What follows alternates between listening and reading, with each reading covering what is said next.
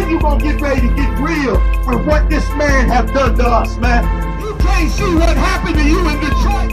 You can't see you've been bombed in Detroit. You've been shot down in Detroit. You've been destroyed in this city. Your eyes ain't open enough to see that. When you walk out the street and see your brothers in the gutter, are you mad? Cap LeBron is mad, man. I ain't seen this nigga smile since the day I met him, man. He's angry all the goddamn time. And now I understand why. You want to hear somebody tell you a goddamn lie? Take your silly ass to church. But if you want to hear the straight up goddamn truth about what has happened to black people in the city of Detroit, will you stand here with me for a little while? Jesus was a black man like you and me. Jesus grew up in the ghettos of Nazareth, which was a ghetto just like Detroit. Jesus suffered with the poor in the hood just like you suffered, man. You need niggas like Captain LeBron. You need real niggas to come together in this city to bring brothers and sisters back together. Motown is famous to us. That music they made up there in Motown was the most amazing music in the world to us. And now where's the money from all them records? Where's the wealth? Where's the babies from all them great musicians? Where's their money at? Where's their real estate at? Where their businesses at? Where the children of the Temptations at? Can I see their mansions? Can I see their Cadillacs? Hell no, I can't see it in Detroit. You know why? Because it don't exist no goddamn more. Do you know why? Because when you join your business onto the white man steals every goddamn thing. You better find out about my boy right here, Captain LeBron, and you better join that black man.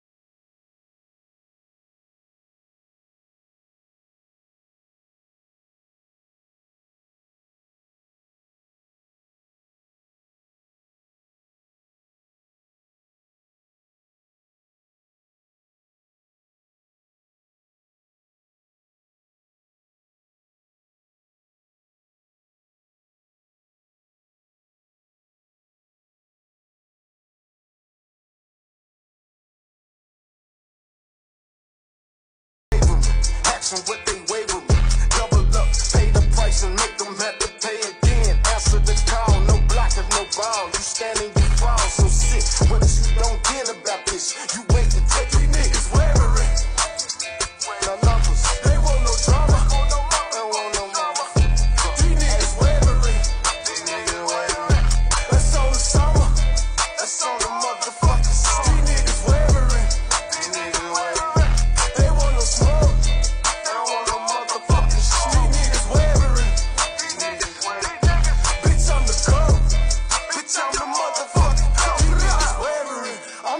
gonna make it, and I just wanna be one my life, you gotta take it in. Project numbers, seen on the price, ain't got to break it in. All you run the suckers, them C's light. Your paper thin, street lights on, take it in. Cause you ain't gonna make it in. These Memphis City having the sin. Niggas ain't caving in. Even if they paper spin, broken got no way for it. But I see you shaking in your motherfucking daisies. Been the motherfucking baker man for dough, just to rake it in, you know. Staying safe within the code, got me straight again. Yo, I'm just making this for those. Let my nation is supposed. You can say what's fuck no, bitch you ever in. These niggas wearing. No numbers, they want no drama. They want no mama. These niggas wearing. That's on the summer. That's on the motherfucking summer. These niggas wearing. They want no smoke. They want no motherfucking shit. These niggas wearing. Bitch I'm the goat. Bitch I'm the motherfucking goat. These niggas wavering. Action what they wavering. Double up, pay the price and make them have to pay again. Answer the call, no blocker, no ball. You standing, you fall, so sit. What you don't get about this, you wait and take a pic. Loud, I'm not waiting then to see the end. Serve shots, I'm a waiter then. Popped up, popped it in. Since a little kid, I got man. Defense like an Esquire's left hand. Mama could be on her stand. Defense is, we getting money. I don't understand that death, your lawyer, man. No wavering, me no waver then. Me with flavor in. Born no stopping. Who's up? What's dropping? Niggas, what else about it? No numbers. They want no drama.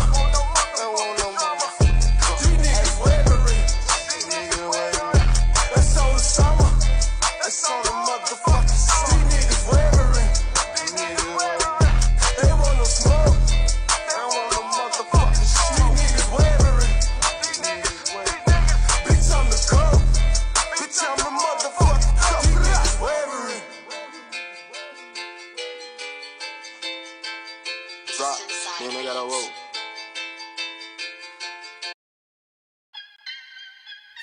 Definition of a soldier.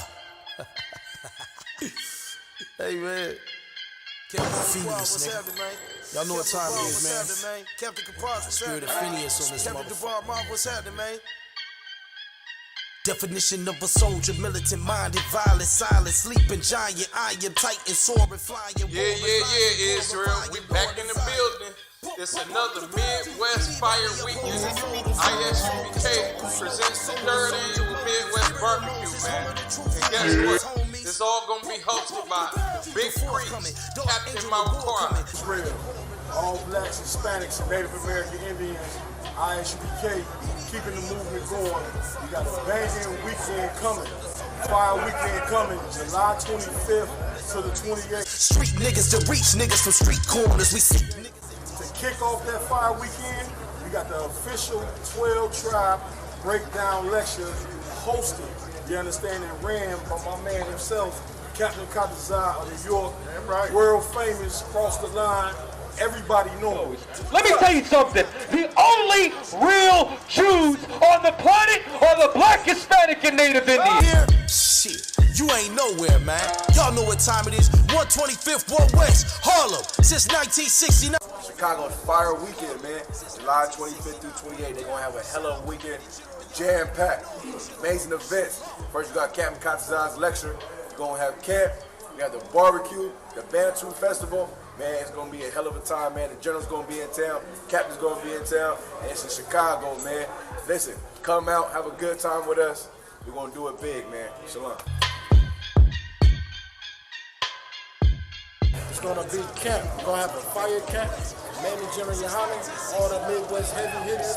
On July the 25th, Captain Katazai gonna be performing the 12 Tribes lecture on 938 East 79th Street. Then, camp is gonna be held at downtown Chicago on July the 26th on 108 North State Street. Then also, we got the Bantu Festival on July 27th, 1501 West Rudolph Street. Last but not least, we got the cookout on July the 28th. The Midwest Cookout, man. We're going to be in Rainbow Beach Park, 3111 East 77th Street, Chicago, Illinois. Hey, man. What's happening, man? Y'all know what time it is, man. Captain Capaz, what's Spirit of happening, man? Phineas on this Captain motherfucker. DeVar, what's happening, man? Definition of a soldier. Fold 'em, fuck 'em, focus, choke 'em, smoke 'em. Come out July 25th through the 28th to the Midwest Fire Weekend, man. We're going to have brotherhood, sisterhood, barbecue, everything you can think of. It's going to be a family event. Angel of war coming, the archangel, the Lord coming for shortcomings. Street niggas. Swat 5,000. You already know what time it is. Fire Weekend in Chicago, July 25th through the 28th, man. Get down there. Manager and Hunter gonna be in the building. We got the barbecue, Band 2 Festival. Chicago, Chi-Town gonna be there. New York gonna be in the building. You know what I mean? Indianapolis gonna be in the building. You know what I mean? All the Midwest we gonna be in the building. Okay, we gonna take this joint up, man. Band 2 Festival, we gonna mob in that joint. Alright? Most thank Christ, y'all. Shalom. Gotta be here. If you ain't here, shit. You Man, Chief Sock, Jenny, Angry Black Man, we here in New York right now. I want to tell y'all about the event we got coming up this summer. July 25th to the 29th, we're going to be in the city of Chicago for the Band 2 Festival. Y'all know don't nobody represent like the Israelite School, the UPK. Lord, angel of war coming, the archangel, the Lord coming for shortcomings. Street niggas to reach niggas from street corners. We see niggas and teach niggas. Come to the Midwest Barbecue, July 25th to July 28th. Number 2 champions gonna be in the building. Understand what I'm saying? No. Band 2 Festival, Fire Weekend is another one that's going down. The Warlords will be in the building. Shalom. Street niggas to reach niggas from street corners. We see niggas and teach. The white man ain't nothing but the devil, the Bible speaks of. Guess what? We also got the grill coming live from Chicago by Commanding General Yohana on 938 East 79th Street, Chicago, Illinois. For more contact information, dial 312-547-1991. Again, for more contact information, dial 312-547-1991. Don't miss out on it. ISUBK, no cowards, no excuses. Shit is going down. All 12 tribes are to come together under Command General Yohana. Come yourself! Come yourself! Come yourself! Come yourself! Come yourself! Come yourself! The power shalom.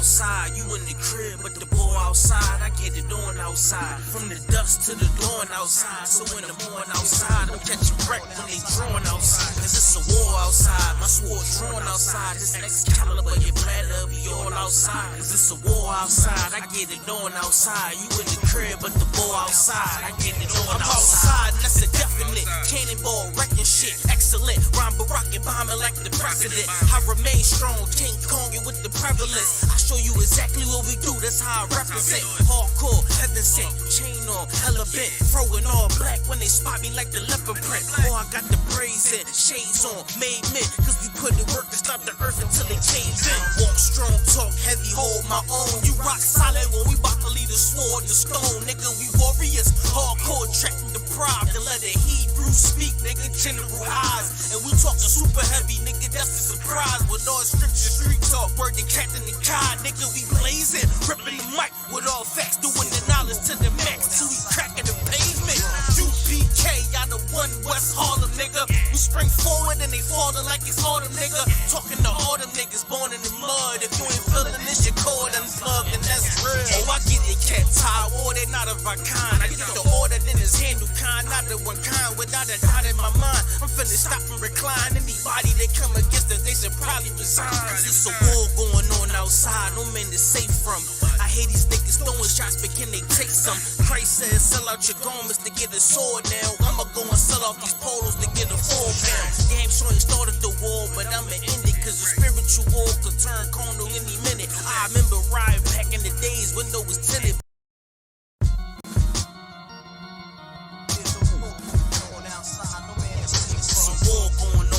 outside, you in the crib, but the ball outside. I get it on outside, from the dust to the dawn outside. So in the morning outside, I'm catching wreck when they drawing outside. Cause it's a war outside, my sword drawn outside. This Excalibur, your bladder be all outside. Cause it's a war outside, I get it on outside. You in the crib, but the ball outside. I get it on outside, and that's a definite. Cannonball, wrecking shit, excellent. Rhyme Barack and bombing like the president. I remain strong, King Kong with the prevalence. I show you exactly what we do, that's how I represent. Hardcore, heaven sent, chain on, hella bent. Throwing all black when they spot me like the leopard print. Oh, I got the braids in, shades on, made men. Cause we put in work to stop the earth until it caves in. Walk strong, talk heavy, hold my own. You rock solid when we bout to leave the sword, the stone. Nigga, we warriors, hardcore, tracking the pride. And let the Hebrews speak, nigga, general eyes. And we talking super heavy, nigga, that's the surprise. With all scripture, street talk, word to Captain the God, nigga, we blazing.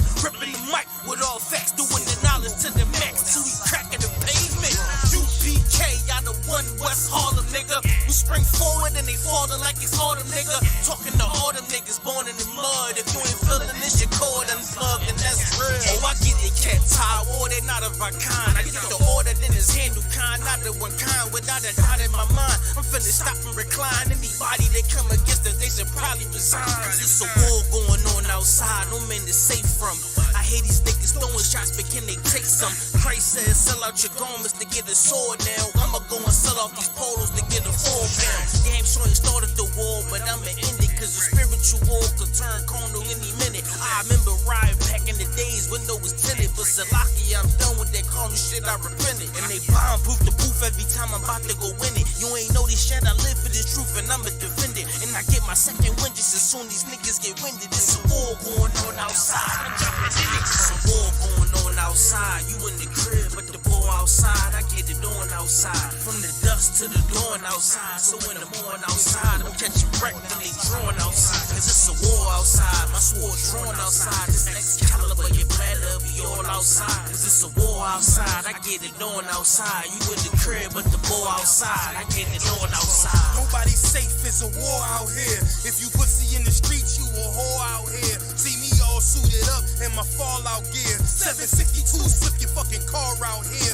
No burner, I still a break your jaw out here. No fear, if you scared, get a motherfucking pit. Or sit up in the church, you a motherfucking bitch. I give you in the verse what I give you in a clip. It's 32 rounds of fire, it never quit. A lot of fuckery.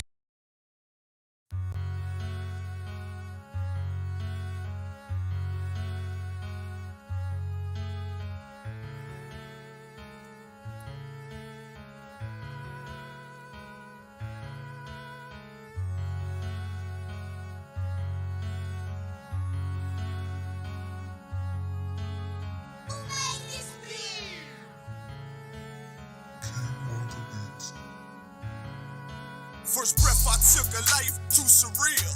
Second breath I took was the pivot and strike, finish the kill. Influenced by might, with every sentence reveal. I won't pay back, fuck a dollar bill. Remain calm as the pressure build. Gotta endure until I let this pump whistle at my foes in memory of Emmett Till. I only live to do my master's will. It's UPK, motherfucker. Ain't no cowards on this battlefield. Gone astray but made greater. In my return, left to my mistakes. Every error was a lesson learned. Now I don't move, let's it get approved. Won't take a step till it get confirmed. Arm to take what was made for our sakes. March like a tank. One step will make the ground shake.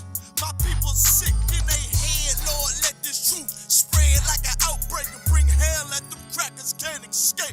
Nowhere to run, nowhere to hide. I want payback for the scars in the slave memoirs. Till Christ arrive, I can't let it slide.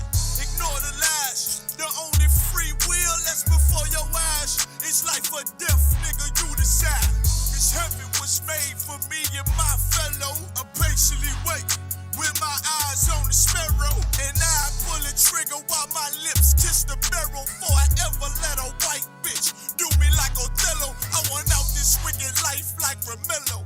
By any means, this devil pulling strings like Geppetto. Lay hold on this brotherhood, I swear I never let go. And fuck that silver spoon, got too much love for the ghetto. Till the score settle with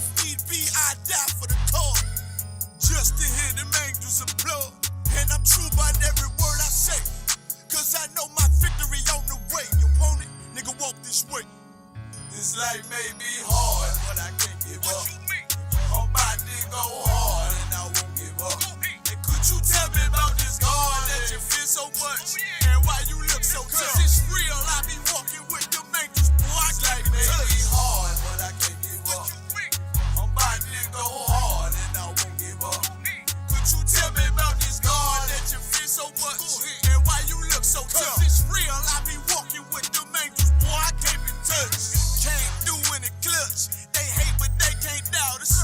We princes of the power. What you know about us? Evil all around us, but a nigga straight. I told you I can't be touched. Holy angels walk at my pace. And I'm grateful for the words that had me delivered. I'm hungry for the glory, but I ain't eating till I feed my next. One West, what I die for. Attire out the book of numbers. This rifle from the Archangel Michael. My niggas rebels, you can't deny them. It's 144. I be running to and fro with the Allah higher. My youth became soldiers. Ain't no folding or pretending. We in it for them crowns. Fuck friends, we want dominion. In the election ascension, I hope I make it through. Give a damn what a bitch think, as long as my niggas know I'm true. Betrayed your kind to get success. We make it through the eye of the needle, nigga. I be a life may be hard, but I can't give up. I'm about to go hard and I won't give up. And could you tell me about this God that you feel so much? And why you look so tough? It's real, I be walking with them angels, boy. I can't be touched. It may be hard, but I can't give up. I'm about to go hard and I won't give up. Could you tell me about this God that you feel so much? And why you look so tough? It's real, I be walking with them angels, boy. I can't be touched.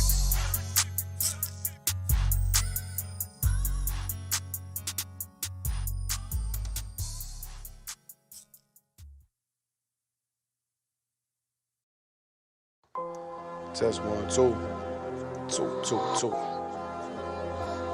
2. All I ever wanted was to be a gangster. All I ever wanted was to be a gangster. The Lord said, confession good for the soul. So right now, all I ever wanted was to be a gangster.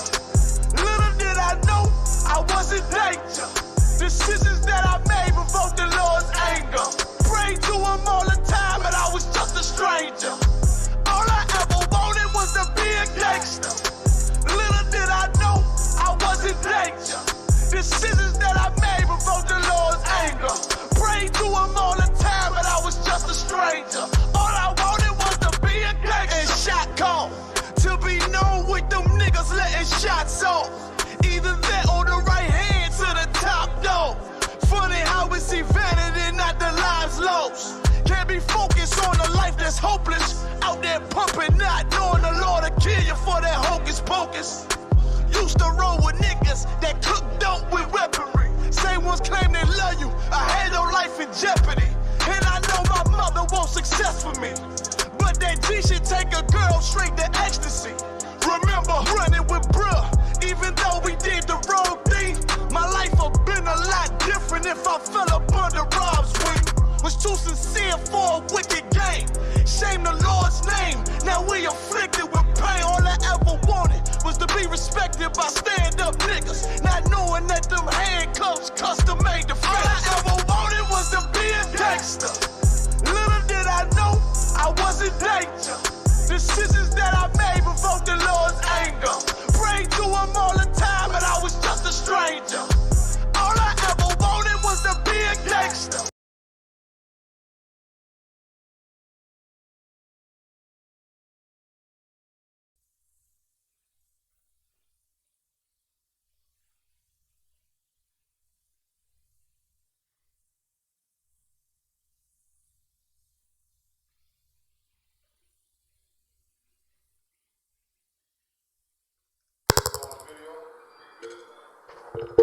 Most High in Christ. I'm good on that audio, Kudash Bar. Alright, close that door for me.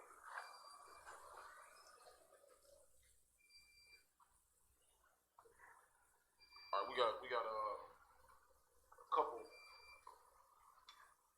good topics, man, that we want to discuss today.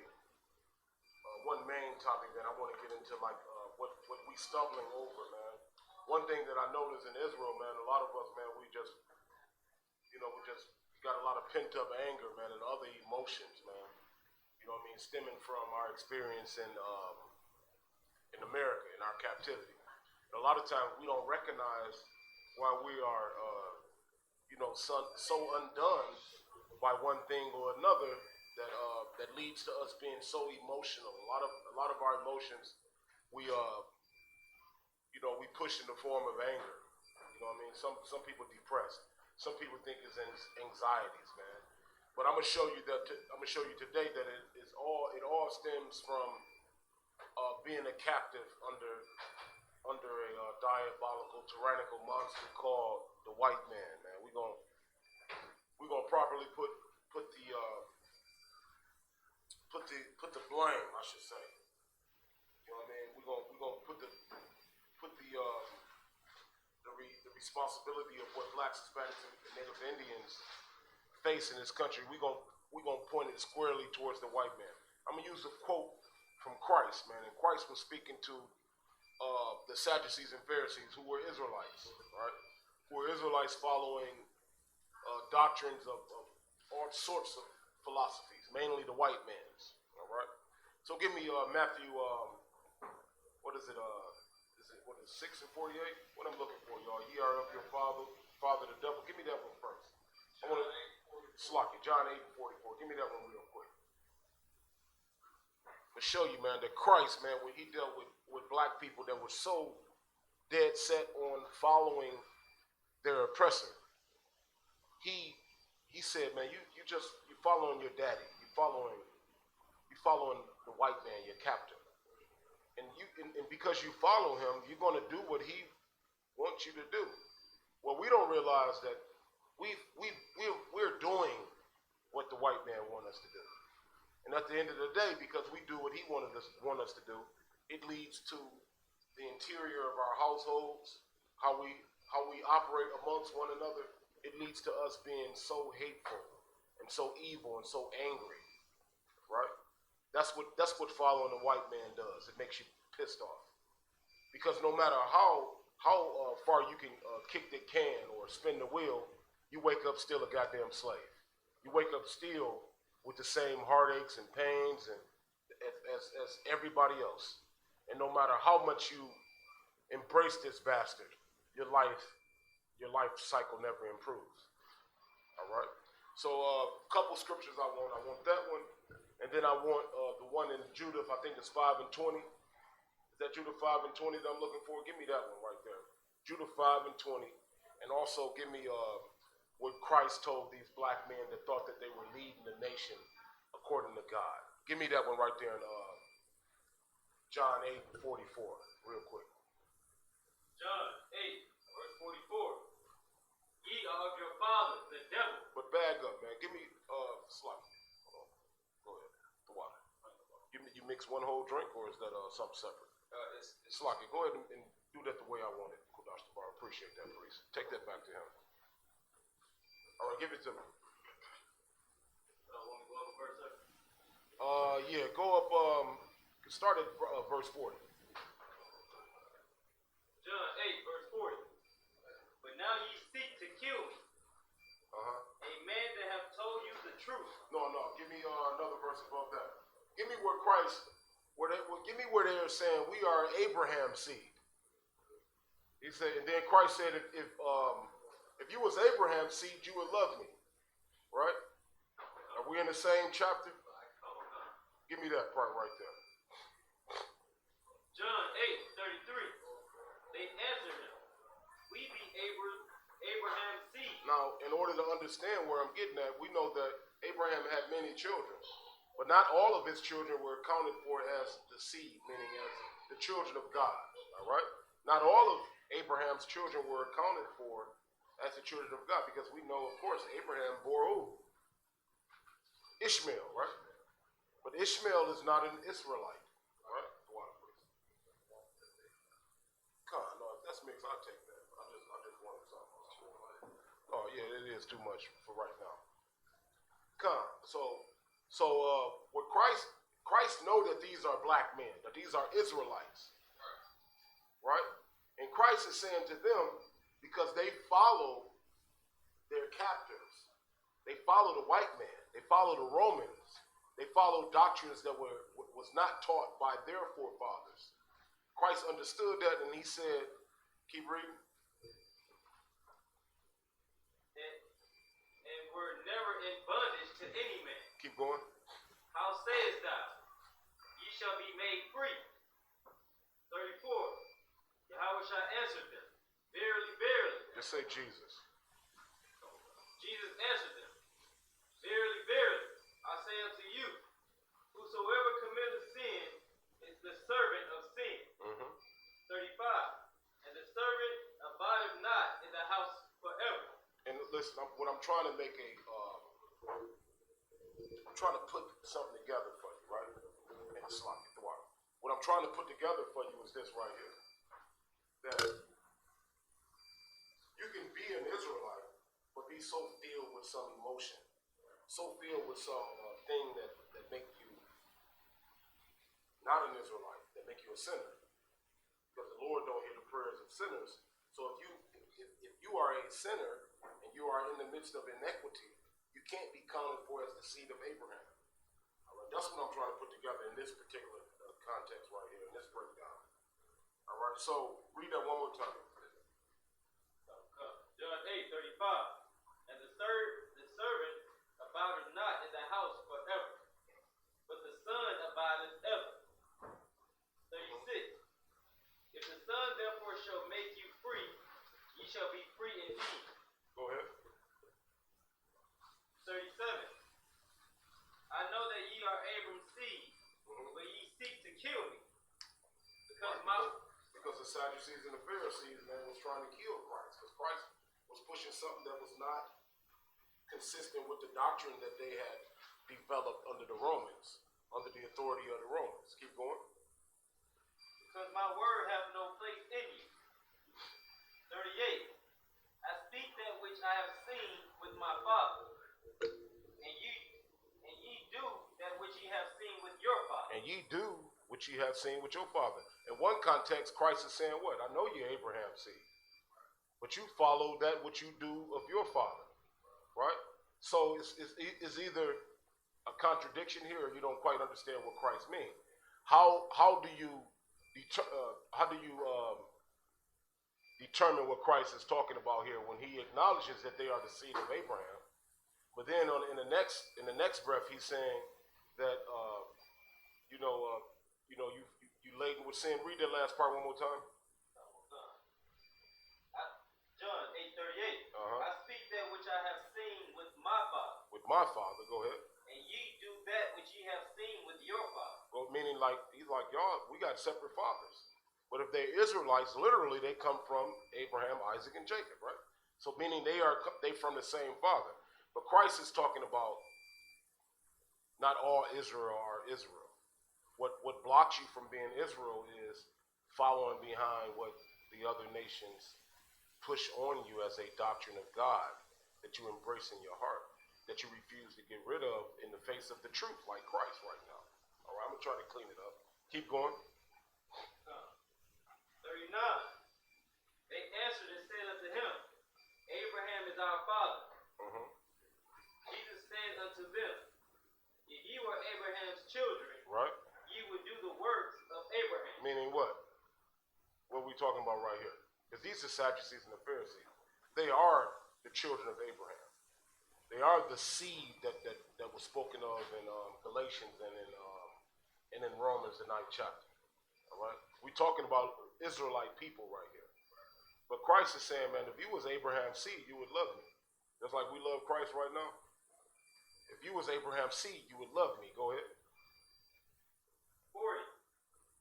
But now ye seek to kill me, a man that have told you the truth, which I have heard of God. This did not Abraham. 41.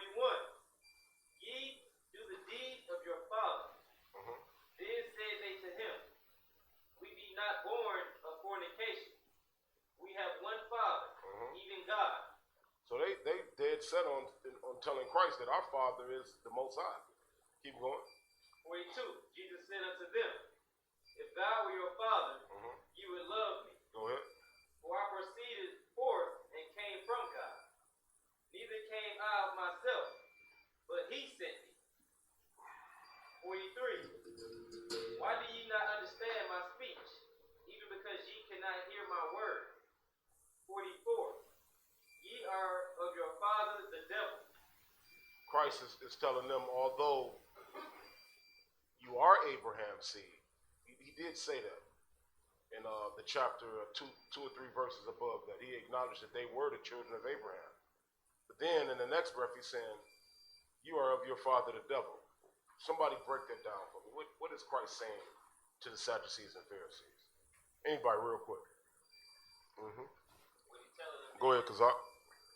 Telling them the deeds that you do are of your father. If you choose to do the works of the devil, then that's your father.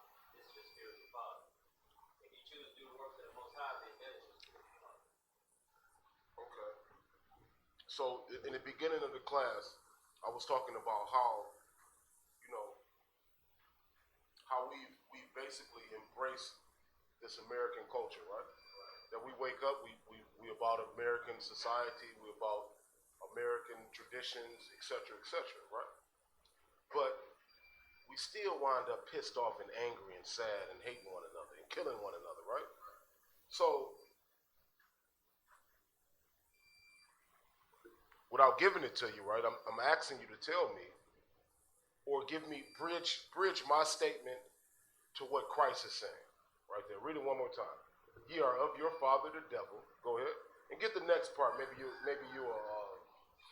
get a better understanding if you read the next part. Go ahead. John 8:44. Ye are of your father the devil, and the lust of your father you will do. Go ahead. He was a murderer from the beginning. Stop right there. Who want to answer my question? Go ahead, Sarah. This verse right here basically is explaining Israelites joining unto other nations. It is. And also, Go ahead. Showing how we took on the customs of the heathen. And also the consequences for joining the other nations, and also clarifying why it is that we wake up in so much goddamn pain every day. It's because we follow the other nations, right? Why we are so pissed off right now is because no matter how much we try to succeed and be accepted in society, at the end of the day, you're going to see Sandra Bland, right? At the end of the day, you're going to see Eric Garner choked out. What's the name of that brother, man, he was on his back and the police put the gun point blank in his chest and dumped about 9 in it? That wasn't Eric Gardner. At the end of the day, you're going to be was that Alter Sterling? No. Alter Sterling was the one that was shot in his car, right, with his daughter. Oh, Slocky. That was Alter Sterling right there. At the end of the day, you're going to be one of those brothers right there. You see what I'm saying? At the end of the day, you're going to be kicked out your goddamn house, sad and mad, and wanting to kill everybody, man. Make sure this brother got what he need right here, man. Or give him some more, man. Brother Heavy Layton right here. Give him what he need. All right? Yeah, get his brother here what he need. At the end of the day, you're going to wake up, man, and where the Lord told you was the authority, meaning the head of the woman is who? It's the man. At the end of the day, man, because of the power and authority of the goddamn devil, she's going to be able to kick you out your own house. And there ain't going to be no problem with society. That's what black men are going through right now. You know what I mean? That's why Commander General Yohana, man, made sanctuaries like this for brothers to come to when they realize who they are and what they're going to face for the rest of their life is hell, man, and sadness and heartache, right? So Christ labeled what our condition would be in the future. That was a prophecy right there, believe it or not. Because right now the majority of black people follow Christianity. Right? We've adopted the customs and the traditions of the man that hates us the most, and we've embraced that as the doctrine of God. All right? Give me Matthew So like, first give me Matthew chapter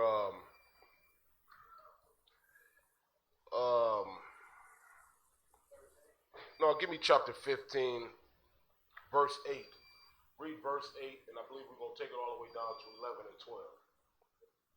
All right. Matthew chapter 15, verse 8. This people draweth nigh unto me with their mouth. With what? With their mouth. And much like the Sadducees and the Pharisees, claiming Abraham, right? They claim to be the seed of Abraham. But if you understand what that means, right? Because Abraham had many children, but the Lord only acknowledged one. That was through Isaac. Shall the seed of the Most High be called. And although Abraham had many, many, many children, man, the Lord only acknowledged one of them as the seed. And that's what these Sadducees and Pharisees are saying, man, we are the children of Abraham. We are the ones accounted for the promise. And Christ said, man, you are your father, the devil, man. You following the white man. You know what I mean? You running around killing Israelites, man, that have committed no sin. You murdering your brothers, man. You seek to kill me right now. That's what Christ was saying. You're of your father, the devil. Keep reading. And honoreth me with their lips. That's what goes on right now in Black America, man. Hispanic America, Native Indian America, man. They honor the Most High with their lips and lip service and philosophy and doctrine that was preached to them by some goddamn person that was getting high and molesting kids.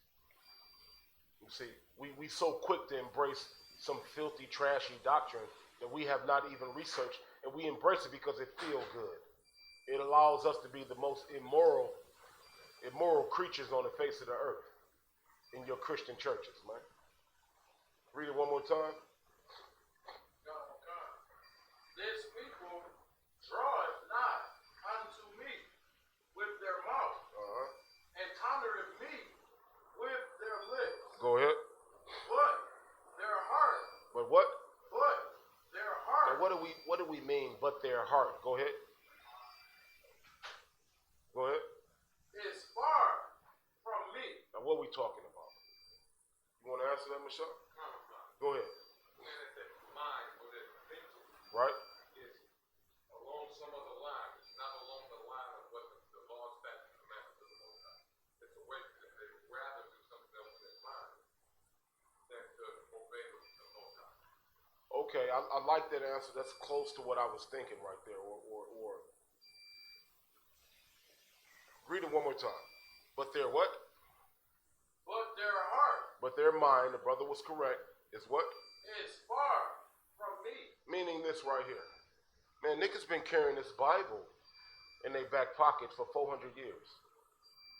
But it's so hard for them to follow the law, statutes, and commandments.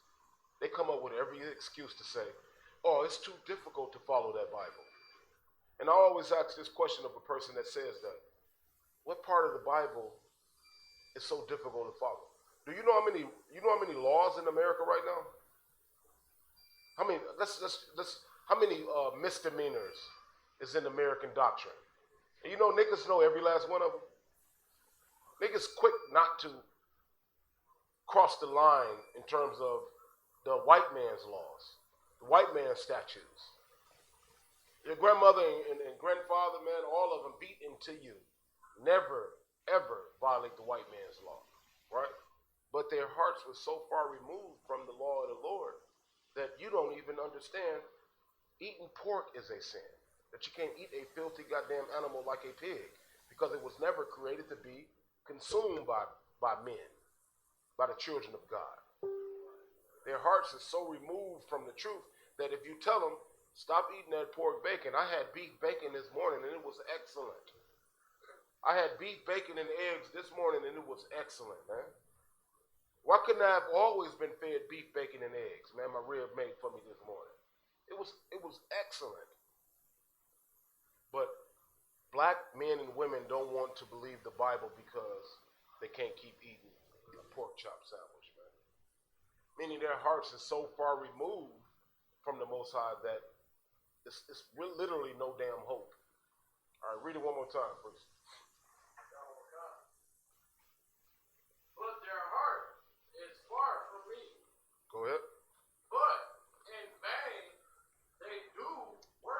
what does that mean? In vain they do worship me. You the angriest nigga in the world, man.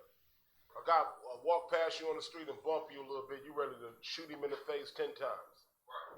You're the most angry bastard on the face of the earth, man. The most emotion. Really, I'm going to tell you something. Your anger is really so effeminate, believe it or not. Your anger is so girly. You know what I mean? Angry niggas are easy to beat. Because they run up on you with rage and make the easiest, the quickest, the first mistake in the battle. Angry nigga in the battle, man, you destroy him, debilitate him very easily because he's so dead set on enacting his rage on your face. You know what I mean? Not realizing, man, you got so much more body there. And the face is the hardest thing to make a connection with. An angry nigga is easy to defeat. While y'all thinking your anger is something that's, you know, glorious, man. The best nigga on the face of the earth is cool, calm, and collected. Where he got a control over his emotions, man. He gonna beat your ass. You run up on him angry. I'm telling you. That's the most craftiest man on the earth. Somebody that controls himself, man. All right? Give me more of that precept, Slocky. But in vain, they do worship. That's what I want to break down on, right? In vain, they do worship me, man. Tie that in with what we do today. But in vain, they do worship me. First of all, what does vain mean? Go ahead, Zarak. Oh, God. So vain means something that's worthless.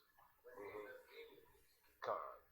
But in a meaningless approach, in an empty approach, in a way that does not appeal in no way, shape, form, or fashion, do they worship me? Right? Keep reading. Teaching for doctrine. Teaching for doctrines, meaning teaching for the things that the Lord loved, right? Teaching for doctrine, go ahead. The commandments of men. Meaning like they put doctrines together that they mask as the authority of the Lord, but really it comes from some goddamn man somewhere. Give me an example. Zarak. Slaki, put your hand down. Somebody else. Mashah, put your hand down. Somebody else. Kazak, go ahead. Slaki, put your hand down. The question is this right here, right? In vain, society worships the Most High. Meaning, they don't actually worship the Most High in truth. They worship him in philosophy that is conjured up by some man, some goddamn where, in a room, him and his cohorts, then said, okay, this is what we're going to push as the doctrine of God, but we just came up with this shit. You see what I'm saying? So I want examples of what do we do right now? What do we do right now as Black, Hispanic, and Native Indian people? What do we do that is pushed as the doctrine of God, but really it's some bullshit some goddamn men came up with too. The goddamn right, man. Get that brother a hand. He just walked through the door yesterday. This brother right here spent the night with us, man. You know what I'm saying? And now we giving him, man, a full-fledged baptism. You see what I'm saying? Christmas, you're absolutely right, is one of them. But there's many, many more. There's many, many more that we push out there as if it's related to God himself, but it ain't got nothing to do with God. But all our life, we thought it was associated with the Most High. Read that part one more time. Teaching for doctrines, the commandments of men. Teaching for doctrines, the commandments of men. Keep going. And he called the multitude and said unto them, hear and understand, not that which goeth into the mouth. Go ahead. Followeth a man. Now, who knows, like Christ is saying this right here. It's not what goes into the mouth that defile a man. Keep reading. But that which cometh out of the mouth, this defileth a man. Now what is he talking about, man? Everybody pay attention. What the hell is he talking about not that what go into the mouth defile a man? Sister.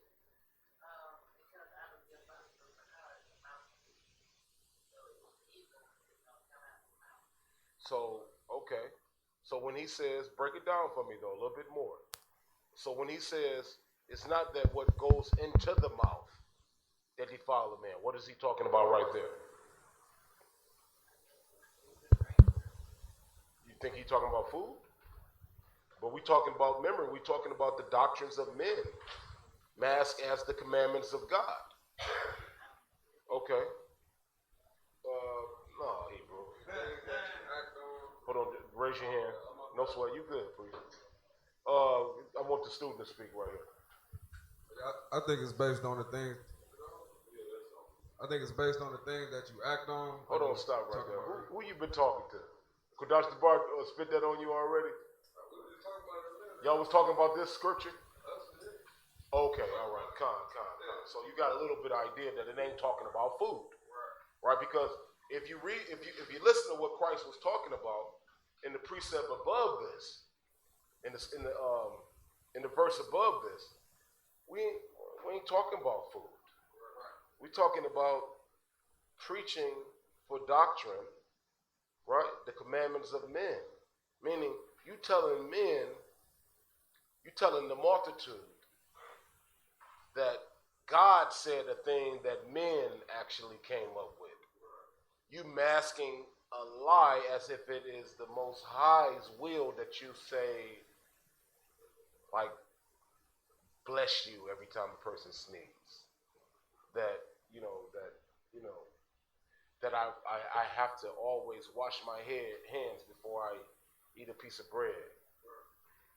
This is not in the Bible. I'm not saying it's not good practice to wash your hands if your hands is dirty before you eat. I'm not saying that.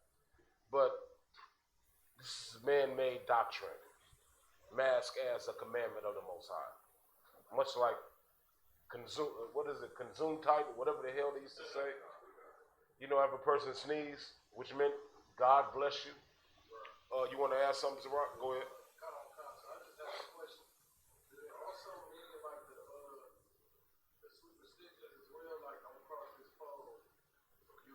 Because you always associate that with some divinity, some divine thing that would happen to you if you split a pole. It's a scripture on. Go ahead. Don't they? Man, I used to be serious as hell. We couldn't walk the street.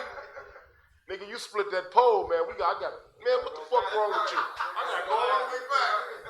Come around that damn pole, man, or we going to jail today.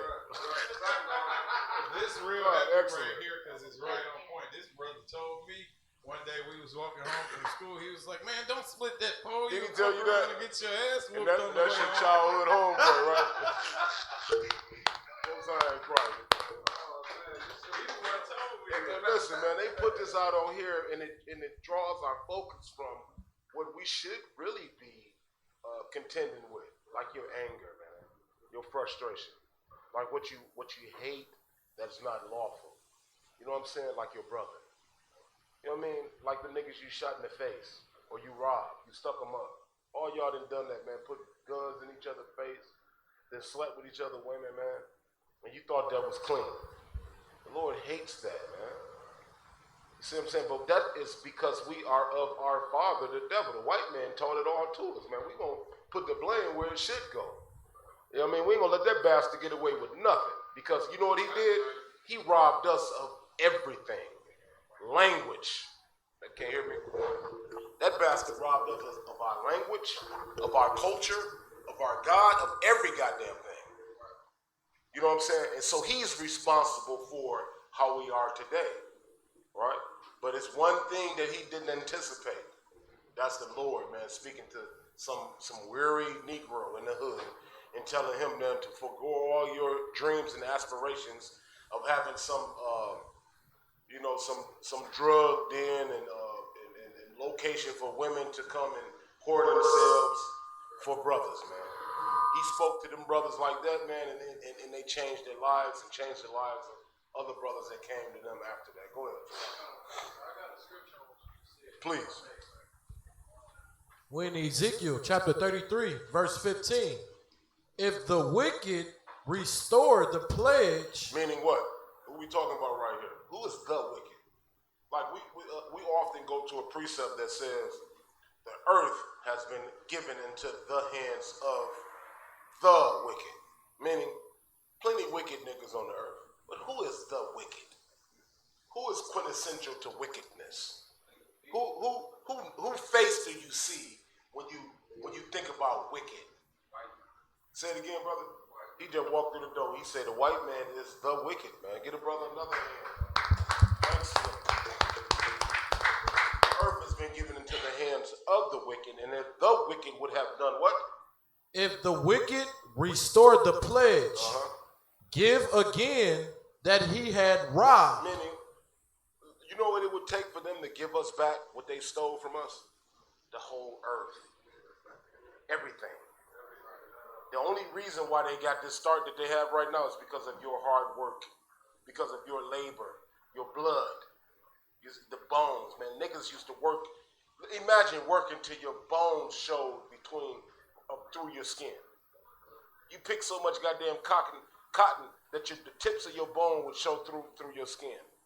Some of these women, I'm telling you, it's like it. Some of the what they call is it anthropologists. Anthropologists, when they dig up a body and examine the body, they examine the tips of the fingers of slaves. And they said, God damn, man, this man right here, his bone, the tips of his fingers had wear marks on. The tips of his bones had wear marks on them. Is it archaeologist? What did I just say? Man, whatever, shit, slocky. No, brother, you got some smarts on you. What you call it? Archaeologists. Those are the ones that consume fossils and stuff. But it's another people that would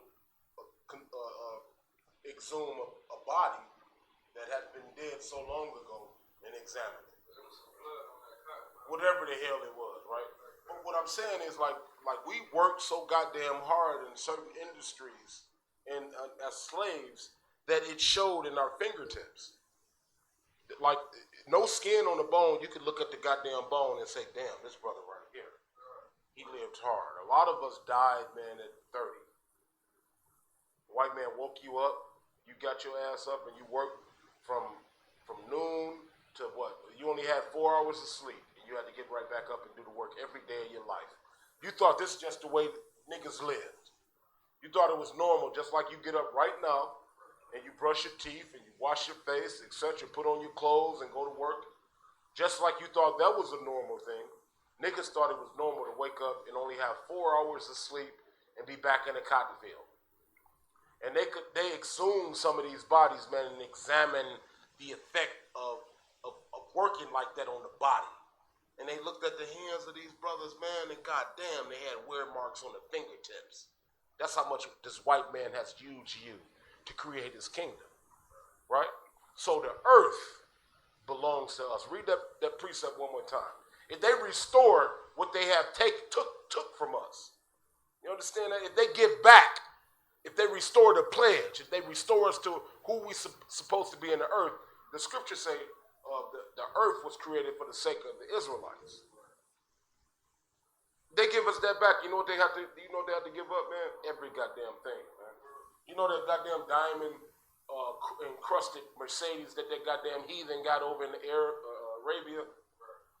That bitch would be yours. It would be that would be our normal, excuse my language, that would be our normal everyday get around car right there. A diamond encrusted Mercedes. I want a diamond encrusted spaceship. You see what I'm saying? I want to be able to blast off from here to Neptune. You see what I'm saying? They would have to restore all of that wealth to us. If they would have restored the pledge, go ahead. Count on what kind? Give again that he had robbed. Oh, that he had what?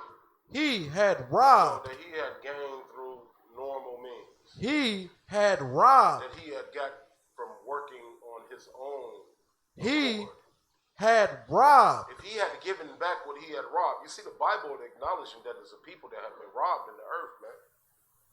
The Bible is acknowledging that you niggas in the ghetto who have been robbed, man, I spoke about these prophecies long before it even occurred. So you need to open up your mind, man.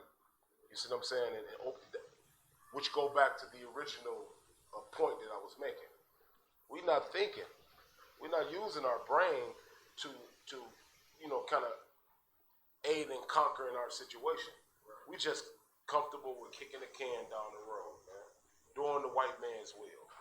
Keep reading. You got something? No, you want to make a statement? Go ahead. I just wanted to ask a question. Would have been the white man's way back into the Lord's favor? Not even favor. Well, what it would have did is this right here. Like if you read Obadiah 1 and 18, where the Lord said, there shall not be any remaining of the house of Esau. If you read that, this may have given Esau, a standing in the earth, even if it meant being up under us, which it would have meant, is what that's talking about. He may not have had to die, everybody in his nation. You see what I'm saying? If he would have had restored the pledge, because our punishment is over with. You know what I mean? We've served our punishment, man. You know what Donald Trump need to do? Hand the keys to everything over to Commander General Yohana. You see what I'm saying? That's what he need to do. Go ahead and hand the keys to the bomb. What is that they got? The keys to the bomb codes, the nuclear code keys. Hand all that shit over to Commander General Yohana, along with all the wealth in the earth, and tell every nation that this belongs to these niggas in here in the ghetto. That's what he needs to do. That's what this scripture is talking about. If the wicked would have restored the pledge, go ahead. Khan. Give again that he had robbed. He did what with it? He what? Had robbed. This bastard robbed us. Keep going. Walk in the statutes of life. And then follow the law, statutes, and commandments, man. Put down Christmas and Thanksgiving, all those hell days. This past Memorial Day. You know what I mean? They memorializing these bastards that fought in that war, where they had this 90-year-old devil, man, parachute on Normandy, commemorating D-Day. You know what I'm saying? Forget about all that stuff, man, and commemorate the struggles of the Lord's people. Put down your own personal gratification, man, and honor what the Lord tell you to honor. Keep going. Without committing iniquity. Hold on, and do it in a way that does not commit iniquity, meaning go against the law, statutes, and commandments. Go ahead. He shall surely live. The Lord would have made him live. It wouldn't be Obadiah 1 and 18. You see what I'm saying? If he would have restored the pledge, he would have a place in the kingdom. But because this bastard, man, like Donald Trump, is so goddamn arrogant and proud, he believed that he can contend with the forces of, like right now, if you're watching the media, they in the uproar about all of these spacecrafts that they're acknowledging that's existing in the earth, that they're seeing. Like these things is going thousands of miles per hour. They're acknowledging that these things actually exist. The chariots of the Most High is what we call them. You see what I'm saying? They are acknowledging that they exist. Now wait till the power of these vessels are unleashed. Then what you gonna say? But if you would have just restored the pledge, right? Given back what you had robbed, you would have lived.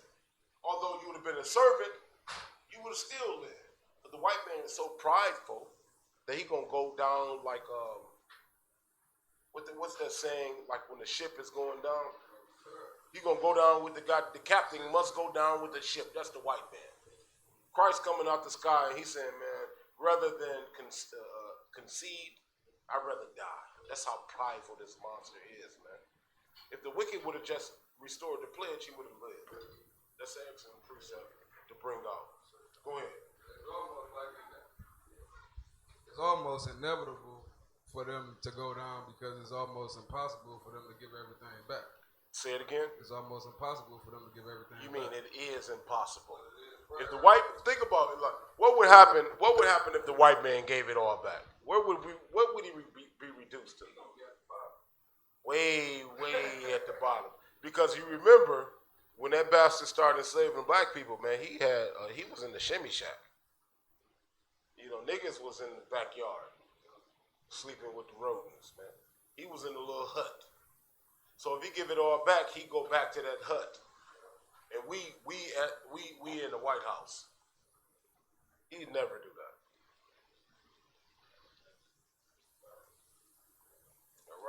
All right. What verse was you at in Matthew?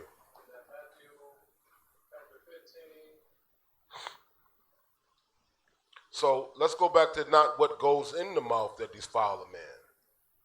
That's what I want to break down. I want everybody to understand today what not goes into the mouth is not the thing that defile a man, right?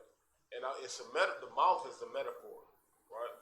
And the going in the mouth is also a metaphor. I want everybody to be clear on what that metaphor really means, right? And I'm gonna give you a hint. When Eve was, I said don't give no hints. Okay, most high in Christ. When I said Eve, that's a hint. All right. So who'd like to give a shot at Dr. Zion? Go ahead, Hebrew. I think it's based on what we've been looking for. I gotta say brainwash. Oh yeah, I did. He did. Yeah, almost like what we've been brainwashed, what we've been taught, like since we've been born, like our grandmas and their mamas and all. It was passed down to us. So okay, let me zero you in a little bit, right? So when it says it's not that what goes into the mouth, what is it talking about? Not that what goes into the mouth that defile a man.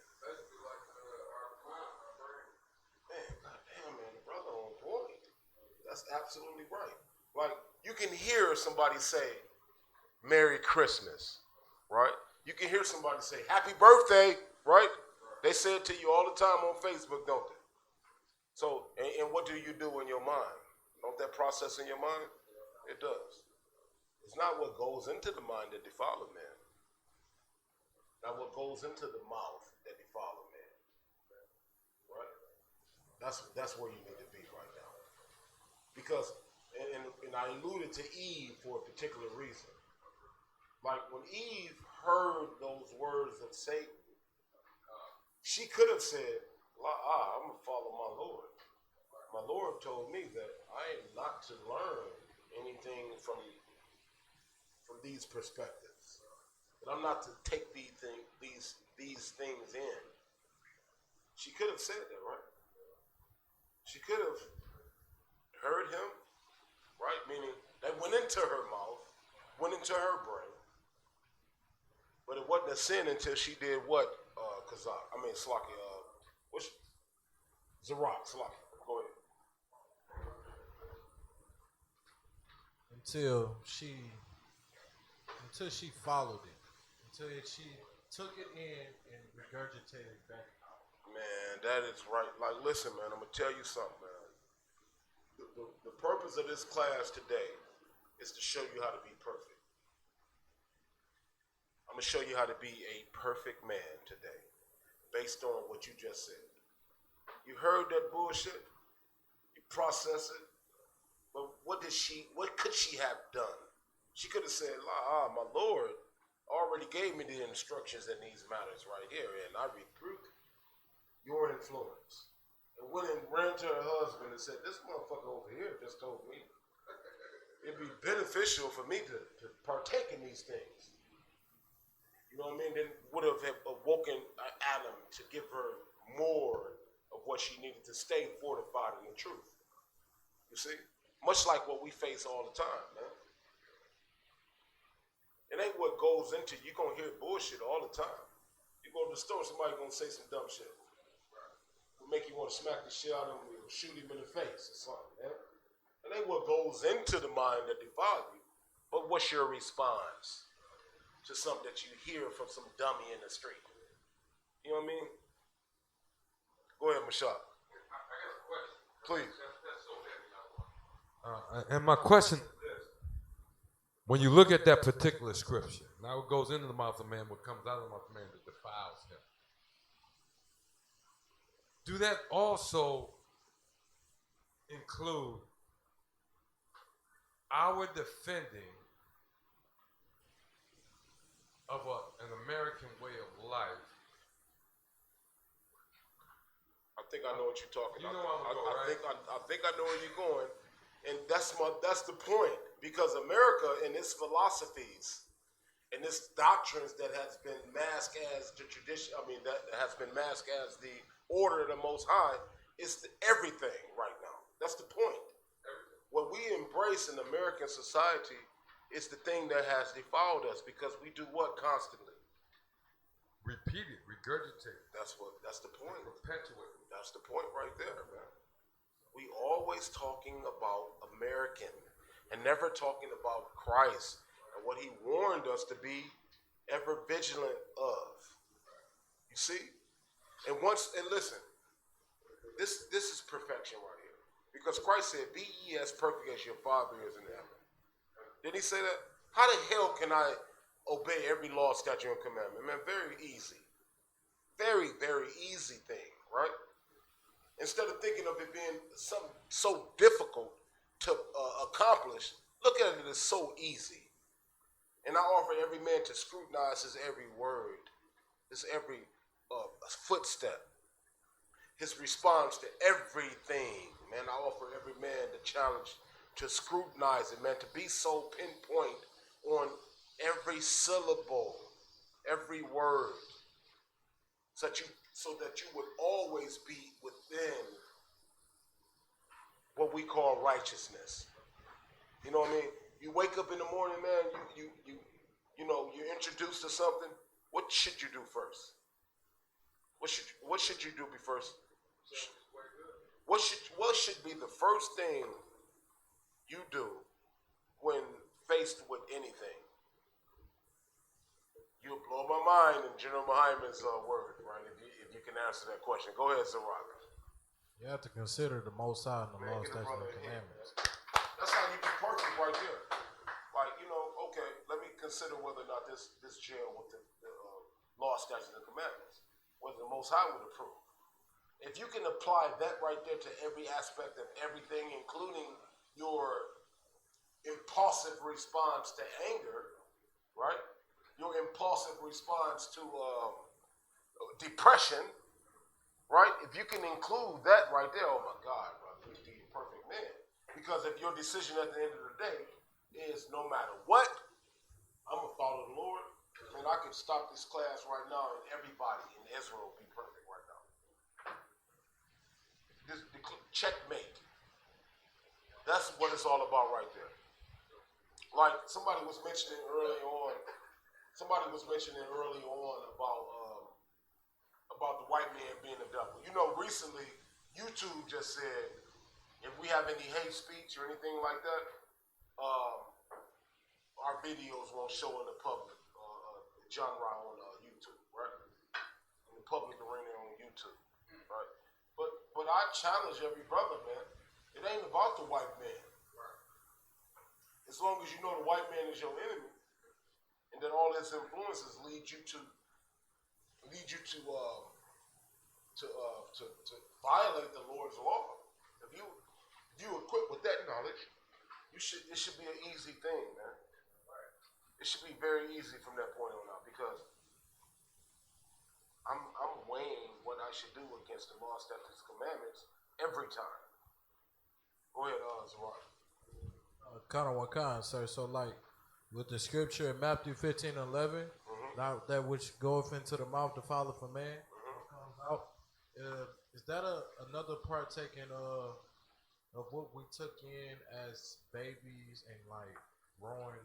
You and I, of course. Yeah, I think I understand what you're saying.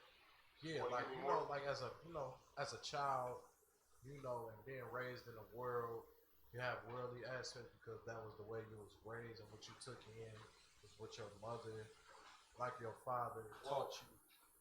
Aspects. Well, that's your mother and your father being up under the diabolical doctrine of the Christian church. Right. So, go ahead. So, like, say, like, also, and even in a different way, even in the truth, you brought up under righteousness. You took in those aspects of the law, statutes, and commandments, contrary to to see it. Would that fit what the scripture is saying? These precepts?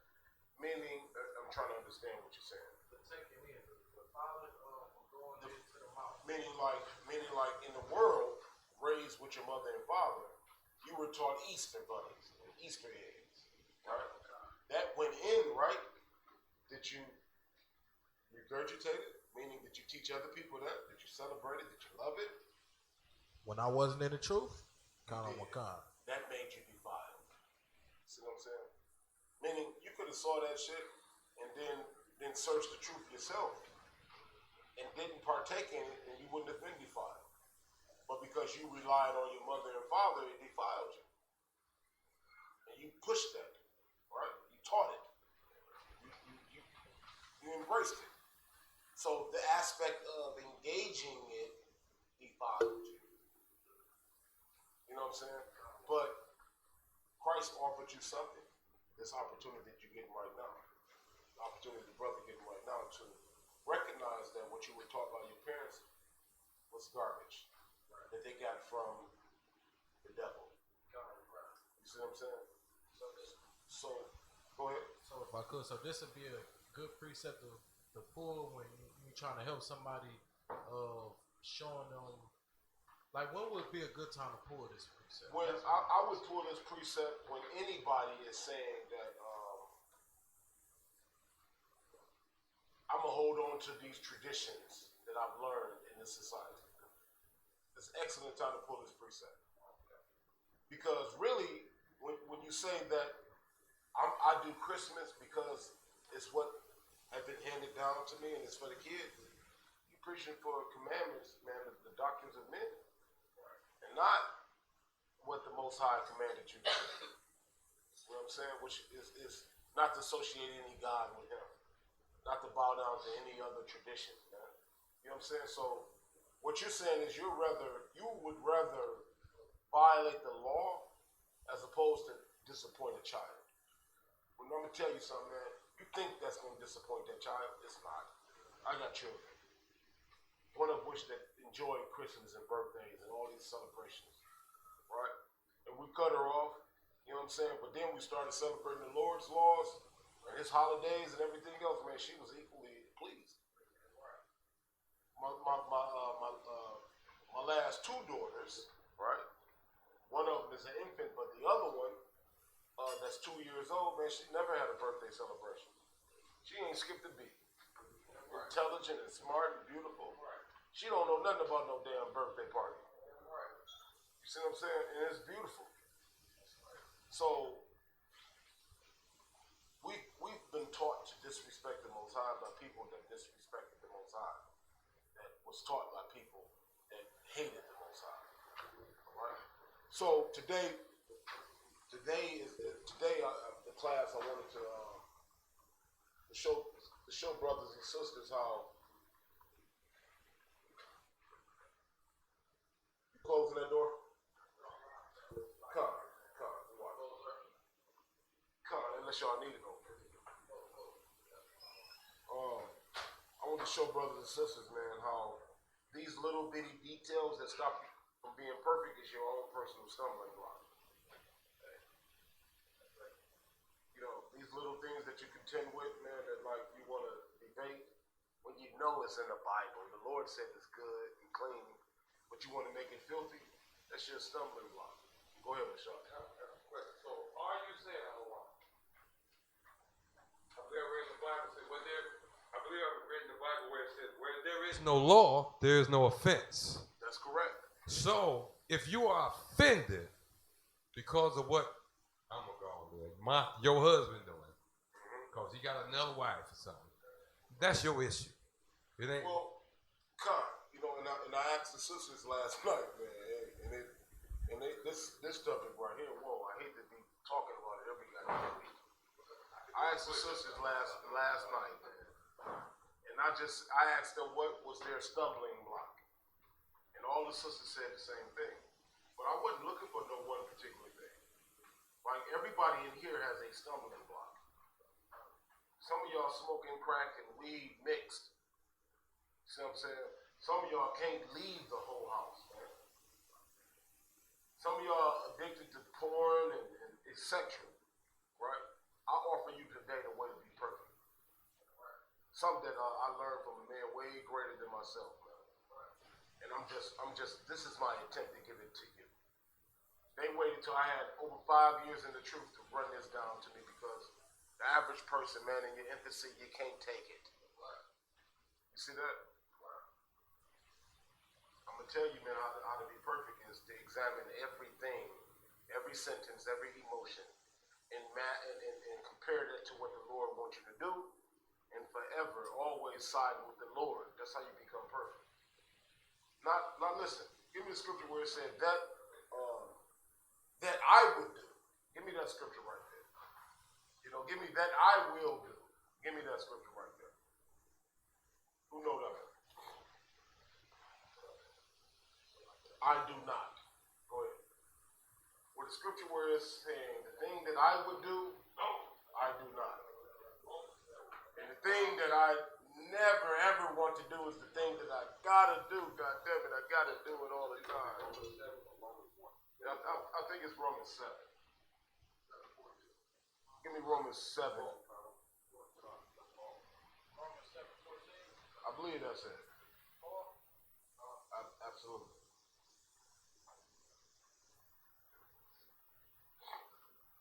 We're in the book of Romans, chapter 7, verse 14. For we know that the law is spiritual, but I am carnal. But I am carnal. Meaning what? Like, when it says, I don't want people, man, to go off in their Christianity. When it says, we know that the law is spiritual. Meaning what? The law has a certain vibration that everybody should embrace, that everybody should walk with. Like I was just saying. At the end of the day, if you're faced with a situation where you don't understand which way to go, you consult the law. It's going to give you the correct vibration. You know what I mean? It's going to give you the correct spirit and help you make the best decision for you as it relates to what we do. All right? Well, we know that the law is spiritual. Go ahead. But I am carnal. But what? I am carnal. What does that mean right there, Shawak? But I am carnal. That's it right there. But I am carnal, man. On the Day of Atonement, man, what is your flesh begging you to do? To eat and drink. Eat and drink. And to do everything that pleases the flesh. But I am carnal. I know the law is spiritual. It has a certain vibration, man, that keeps in the same vibration of the Most High. But I'm carnal. I want to eat, man, right now, man. I want to be with my rib right now. You know what I'm saying? I want to go enjoy me. I want to talk about me. I want to celebrate me all the goddamn time. We know that the law is spiritual, but I'm a carnal man. Keep going. Sold under sin. And sold under sin, man. Listen, man. If it was up to us, what would we be doing? This building would not be a school where we talk about the Bible every goddamn day.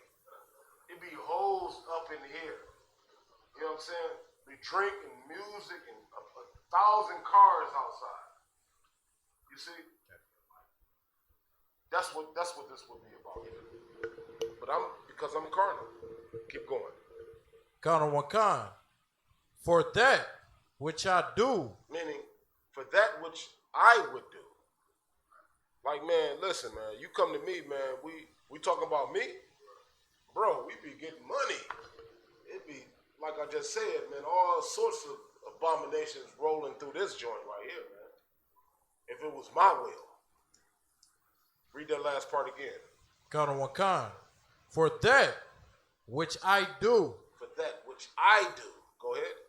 I allow not. Man, I can't do that no more, man. I don't do that, man. I refuse to do that to me, to us. I refuse to influence anybody to do that which I would do. I refuse to show anybody the thing that I would do. I refuse to push the thing that I would do. Keep going. For what I would, that do I not. Man, meaning for what I would, man. Listen, brother.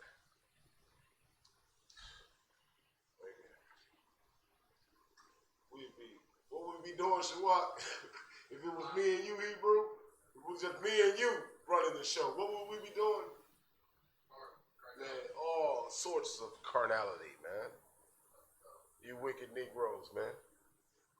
Think about your wickedness, man. You listen, in this room right now, man, I know brothers, man, that's scoring thousands of dollars a week. What would we be doing with all of that money, man? We get it, man. We'd be putting it in the pot, man. Somebody be like, man, let's go get us a half a time. I know somebody with them pills, man. You know what I'm saying? Let's man, the law said we can grow weed, man. Let's man, produce some pounds, man. That which I would do. Read it one more time. Count on one kind. For what I would, that do I not. Keep going. But what I hate, that do I. Read it one more time. But what I hate, that do I. You know what that's saying right there? The thing that I hate to do, I do it, man. You know what that is? You know what that is? Follow another man. I mean, I follow people that's giving me the correct perspective according to Christ. Some of y'all, man, never thought you'd have to follow a man in your life. Some of y'all, even to this day, man, I challenge some of y'all, man, to feel good about every order that you get. The thing that I hate to do, I gotta do, man. I gotta listen to the men above me, and I gotta follow men that look just like me. See what I'm saying? I gotta love niggas that look just like me, despite me being conditioned to hate you motherfuckers and put a gun in your goddamn face and take everything you got. You see that? I have to ignore me. That which I hate, read it again. Count on one kind. But what I hate, that do I. If then I do that which I would not, I consent. Meaning if then I do what I personally would not do, meaning love you, brother. You come through the door, man, we offer you everything. Abundance of drink, food, we gonna fill your belly. We gonna offer you a place to stay. Did I offer you a job yesterday? Making money? Come, man. Ride wherever you need to go, man. The thing that I've never done to do, that I've always hated to do, because I've always hated myself, man, I offer it up, man, freely right now to every brother that coming to the school that's willing to learn about his history, about Christ. That which I hate, man, I do it, man, right now. And that's the way you're going to be soon. That's the way all the other brothers here operate in the Israelite School of UPK and the Commander General Yohana, man. That thing that I never had wanted to ever do, man, I do it freely right now. Because I recognize that is what is necessary to do. Keep reading. Count on one kind. I consent unto the law that it is good. Damn right, man. It's good, man, to be in our position, Shawat. It's excellent, man. It's a beautiful position, man, to be able to extend brotherhood. You know what I mean? Which is the chief commandment, man. Above all the commandments, man, like loving the Lord, brotherhood is. You see? And that's what we always show. Man, brother asked me for money today. Brother asked me for money yesterday. Brother asked me for money the day before. They all took the money, and guess what? I know it's coming back to me 7 days from now. All the money that I gave them, man. We never had no issue about no goddamn money. Never have no issue about money here, man. Because the chief thing is love your brother like you love yourself, man.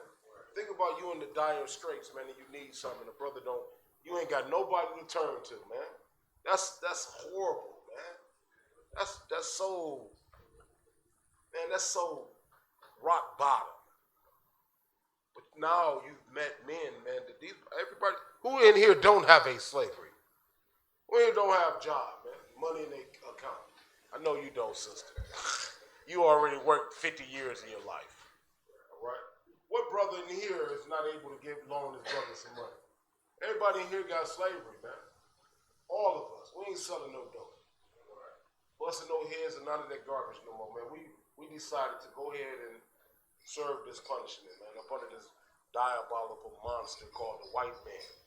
And have our brains washed by Commander General Young because we've been acting in a way that's so filthy.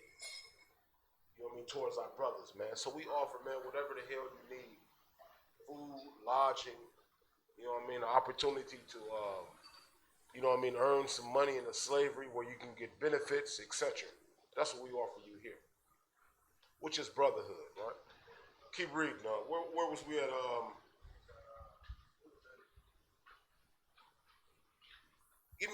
Let's drop that. Give me Ezekiel 14 and verse 3. Ezekiel 14 and verse 3.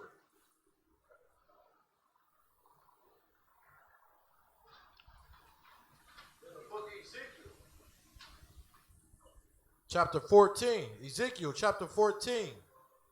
Verse. Hold on, you said 3. Verse 3. Verse 3. Son of man, these men have set up their idols in their heart. They have set up their idols where? In their heart. Like, we have, and I want y'all to try to really focus in on what this precept is saying. Your heart is your brain. Everybody know that. Meaning, like, some of the idols that I recall serving and praising was idols like gym shoes. Like, I had to have them ones. You know what I mean? Niggas had to have them 23s, them Jordans. You know what I mean? We had to have what you call them, the buff, the Cardis. I'm gonna take you back. We had to have the what's that goddamn dumbass sweater? What's that dumbass sweater? The old niggas like myself used to wear. What was it? The Coogee. We had them old stupid rainbow looking sweaters. They cost $700-800, man. Ugly as hell, man. But you listen, you can put on a Coogee sweater with any color jean and be fresh to death if you had on some Timbos or something like that. You know what I mean? We used to serve these idols, man. We set up these idols in our mind. Also, take it a little deeper, right? An idol is like a perception of something. Believing God loves everybody no matter what the hell you do, right? No matter how much crime you commit, no matter how many people you love, no matter how many little girls you molested, and you still got the audacity to believe that God loved your dumb ass, right? These are the idols, man, that you set up in your mind. Read it one more time. Count on one count. Son of man, these men have set up their idols in their heart. In their what? In their heart. And your heart justifies you. Your mind. You say, okay, I can be like this. I can do this thing. I can act like this. I can be so angry. I can be so mad. I can speak to my brother in such a way. I can speak to my sister in such a way. Right? But still, God loves me. Go ahead, Salah. So could those idols that you set in your heart, could it be being a dope man? You goddamn right. Like dope men, like look at Frank Lucas and all them other niggas, man. What they used to do every Thanksgiving? Buy turkeys for the Buy turkey for the whole hood, man. These niggas buying Thanksgiving dinners every year, and you know what that did for them? It justified them. It justified them shooting and killing their brothers, man, over some goddamn substance that grow freely out the earth. I'm gonna tell you something, man. And I'm hesitant to even talk about this. Go ahead. Go ahead, priest. And then that's like you just said, they killing over black men killing each other over with a substance that's growing on the earth, that's just like the white man. That's why John 8:44 say, "Ye are your father the devil." The white man sitting back fighting over oil. And it ain't no difference from a black man fighting over some drugs that grow out of the earth. I get your point, and you're exactly right. Think about what we do. You throw weed seeds in the backyard and feed them right. Shit, you look up and you got a $50,000 harvest, but you're willing to kill a brother for something that you produce in 8 weeks. That grew freely. You know what I mean? That is, man, come on, bro. That ain't the law. We got laws that govern if a brother takes something from you. And that law don't include taking his life. Go ahead, Mashak. Salakia, if I may. That's heavy. But what may be even deeper, it just hit me while you were saying it. Please. The drug dealer go out here, sell drugs. That's bad enough. But then he goes and buys turkeys to celebrate the killing of 77 Native Americans for the whole net. Which is worse? It's just piling on top of the other. And it's a scripture for what you just said. God, that's Is it what is that scripture? Is it saying they have laden inequity upon inequity? Is that what? Find that for me real quick. Sin on sin, right? Give me that scripture right there. Which is correct in that analogy, right? All of these dope men, you know what these dope men do to justify themselves? They go into a Christian church and give the pastor thousands of dollars. Like some of the dope men don't like collecting $1 bills. So they have bags of $1 bills. I'm telling you, man. Bags of $1 bills. Because they don't, $1 bill is beneath them. So they're going to the Christian church with thousands of dollars of $1 bills. Because they don't want to sit up there and $1, $2, $3, and count all of this shit. They look at a $1 bill as nothing. And they go into the Christian church with piles of $1 bills and give it to the pastor. And because they gave it to the disgusting Christian pastor, they justify it now. They're clean. Go ahead. That's what the scripture saying when they took the idols and set it in their hearts. That's the point. They put up these idols. Read it one more time. When the book of Ezekiel, chapter 14, verse 3, Son of man, these men have set up their idols in their heart. Keep going. And put the stumbling block of their iniquity before their face. That's what they did right there. They put the stumbling block of their iniquity before their face. You see? So you think that at the end of the year, as long as you donate 1,000 turkeys to the Christian church and get a pastor a big ass pile of $1 bills, that somehow that cleanses you. Go ahead. They'll be thinking like that'll justify them and they won't get caught. That's correct. They can be in good hands with the Lord because that's correct. They giving these $1 bills to the pastor, giving out turkeys. That's correct. Keep reading. Kanawakan. Should I be inquired of at all by them? Therefore speak unto them, and say unto them, Thus saith the Most High Power, every man of the house of Israel that setteth up his idols in his heart. In his what? In his heart. No, not if every man that set up some golden statue. In his heart. Every man that set up some elaborate shrine. In his heart. In his heart. Every man that set up these idols in his heart. Right? And remember, everything is included. If somehow, some way, you said, okay, my anger is justified. My marijuana is justified. Me beating the shit out of my wife is justified. Right? If somehow you set up that in your heart, this iniquity in your heart, keep going. Kanawakan. And putteth the stumbling block of his iniquity before his face. Meaning you've laid these things out as things that's okay, but and then laid them before yourself and they're justified, but you stumble over them. This is your stumbling block.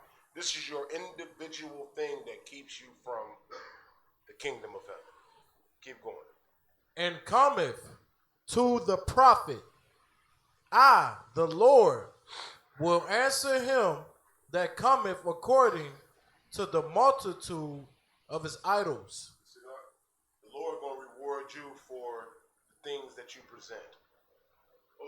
I was mad at that time and I beat the shit out of her because she said that. You know what I'm saying? Yeah, I stole that because, he should have already gave me something.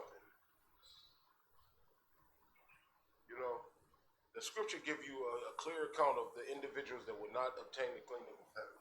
So I would caution everybody, man, to go ahead and examine those things, man, and then really think about what it is personally that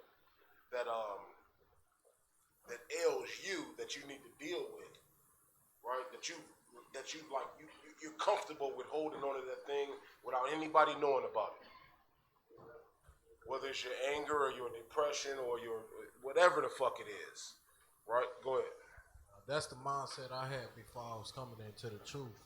I was justifying selling dope, doing these things and not getting caught, doing it enough to not get caught, and you know what I mean, and take care of myself. Before I came into the truth. Go ahead, Kudash the bar. I just wanted to piggyback on a little bit about the when that pastor getting money from the drug man. He got 501c3, right? So as long as he taking donations, when they get them donations, they should have some type of way to trace where you got the donation from. You mean in a church? Right. Go ahead, Mashal. Another one. Salaki, other one, yeah. This was one of my demons. Okay. I wasn't selling nothing. One thing I used to do a 501c3, religious 501c3, and I would talk to all the dope mans in my community. Do you want to clean your money? It's called selling up a laundry. Hold on. So you used to go to the dope man. Go to the dope man. And tell him, do you want to clean up all of that inequity? You got 100,000, I can clean it. It's gonna cost you 25 to 30,000. Damn. But I can clean it. Why? Because as a 501c3, particularly a religious 501c3, I don't have to show where my money come from. I can take anonymous donations. And I just have to show that I'm using the 95% of the money I take in towards the cause that I say on paper I'm using it for, which is what? Giving him a loan for, a grant, not a loan, a grant for a business. Hold on, April. Hold on. Kind of what? You give him two. But no, you Tawab. No, you Tawab. I feel what you're saying. Yeah, that's what they do in the Christian church. Damn, it's heavy. Go ahead, Al Sharp. That's why they was about to put him in prison for the weed and the sharp money laundering. Man, that bastard. There's another one out there that was cleaning money like that too. It was Al Sharpton, and then was it Jesse Jackson? Gotta be T.D. Jakes. Well, you know they. I mean, not T.D. Jakes, but What's heavy though is this right here.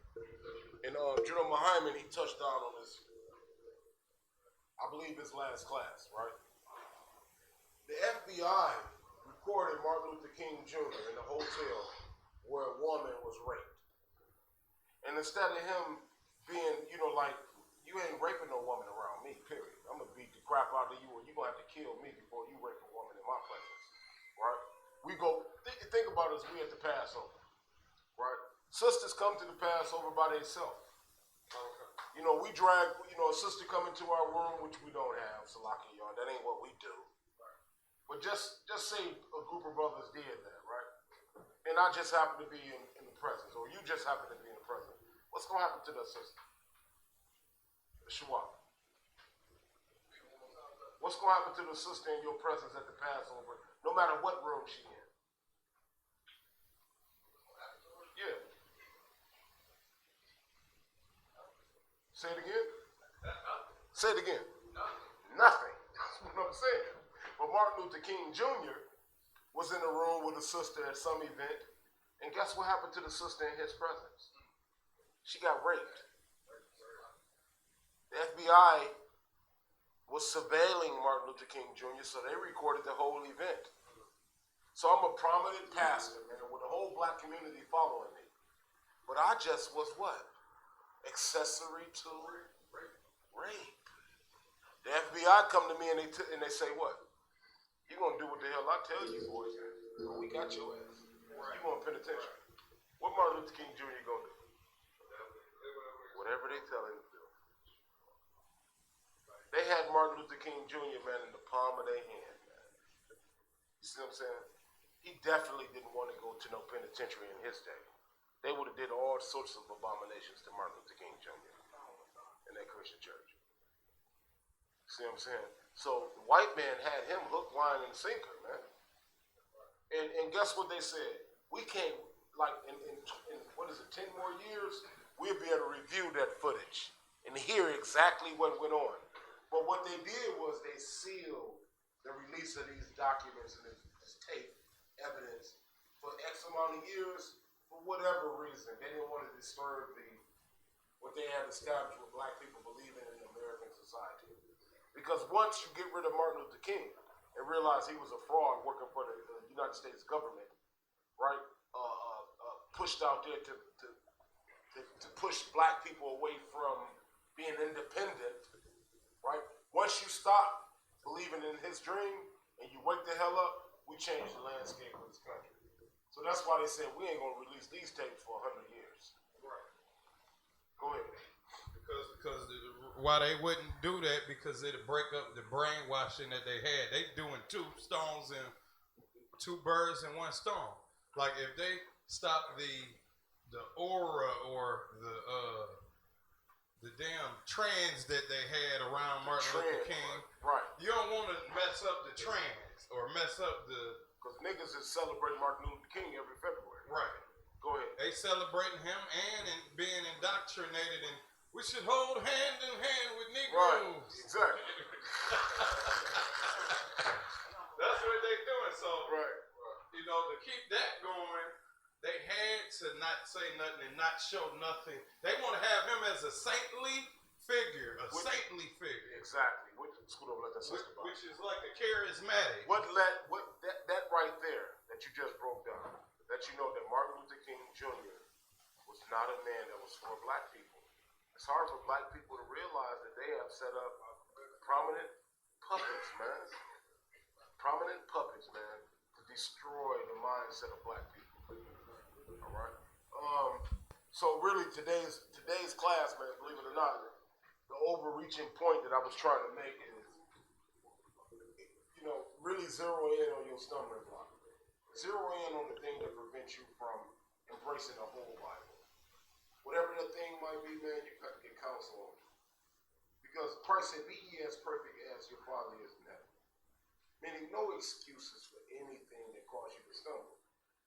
Right?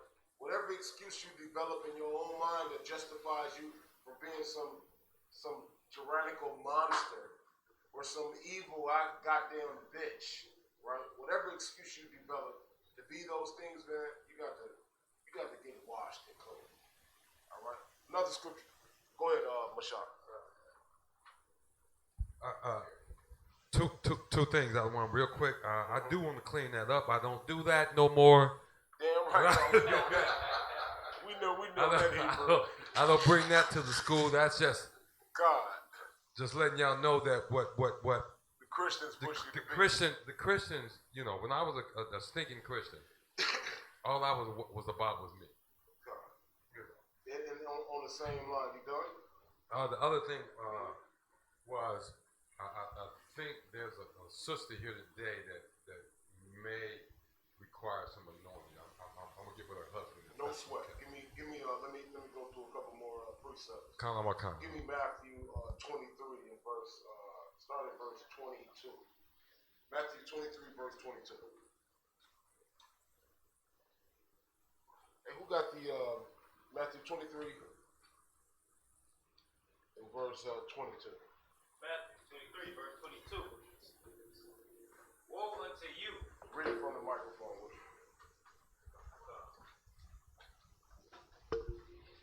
Matthew 23, verse 22.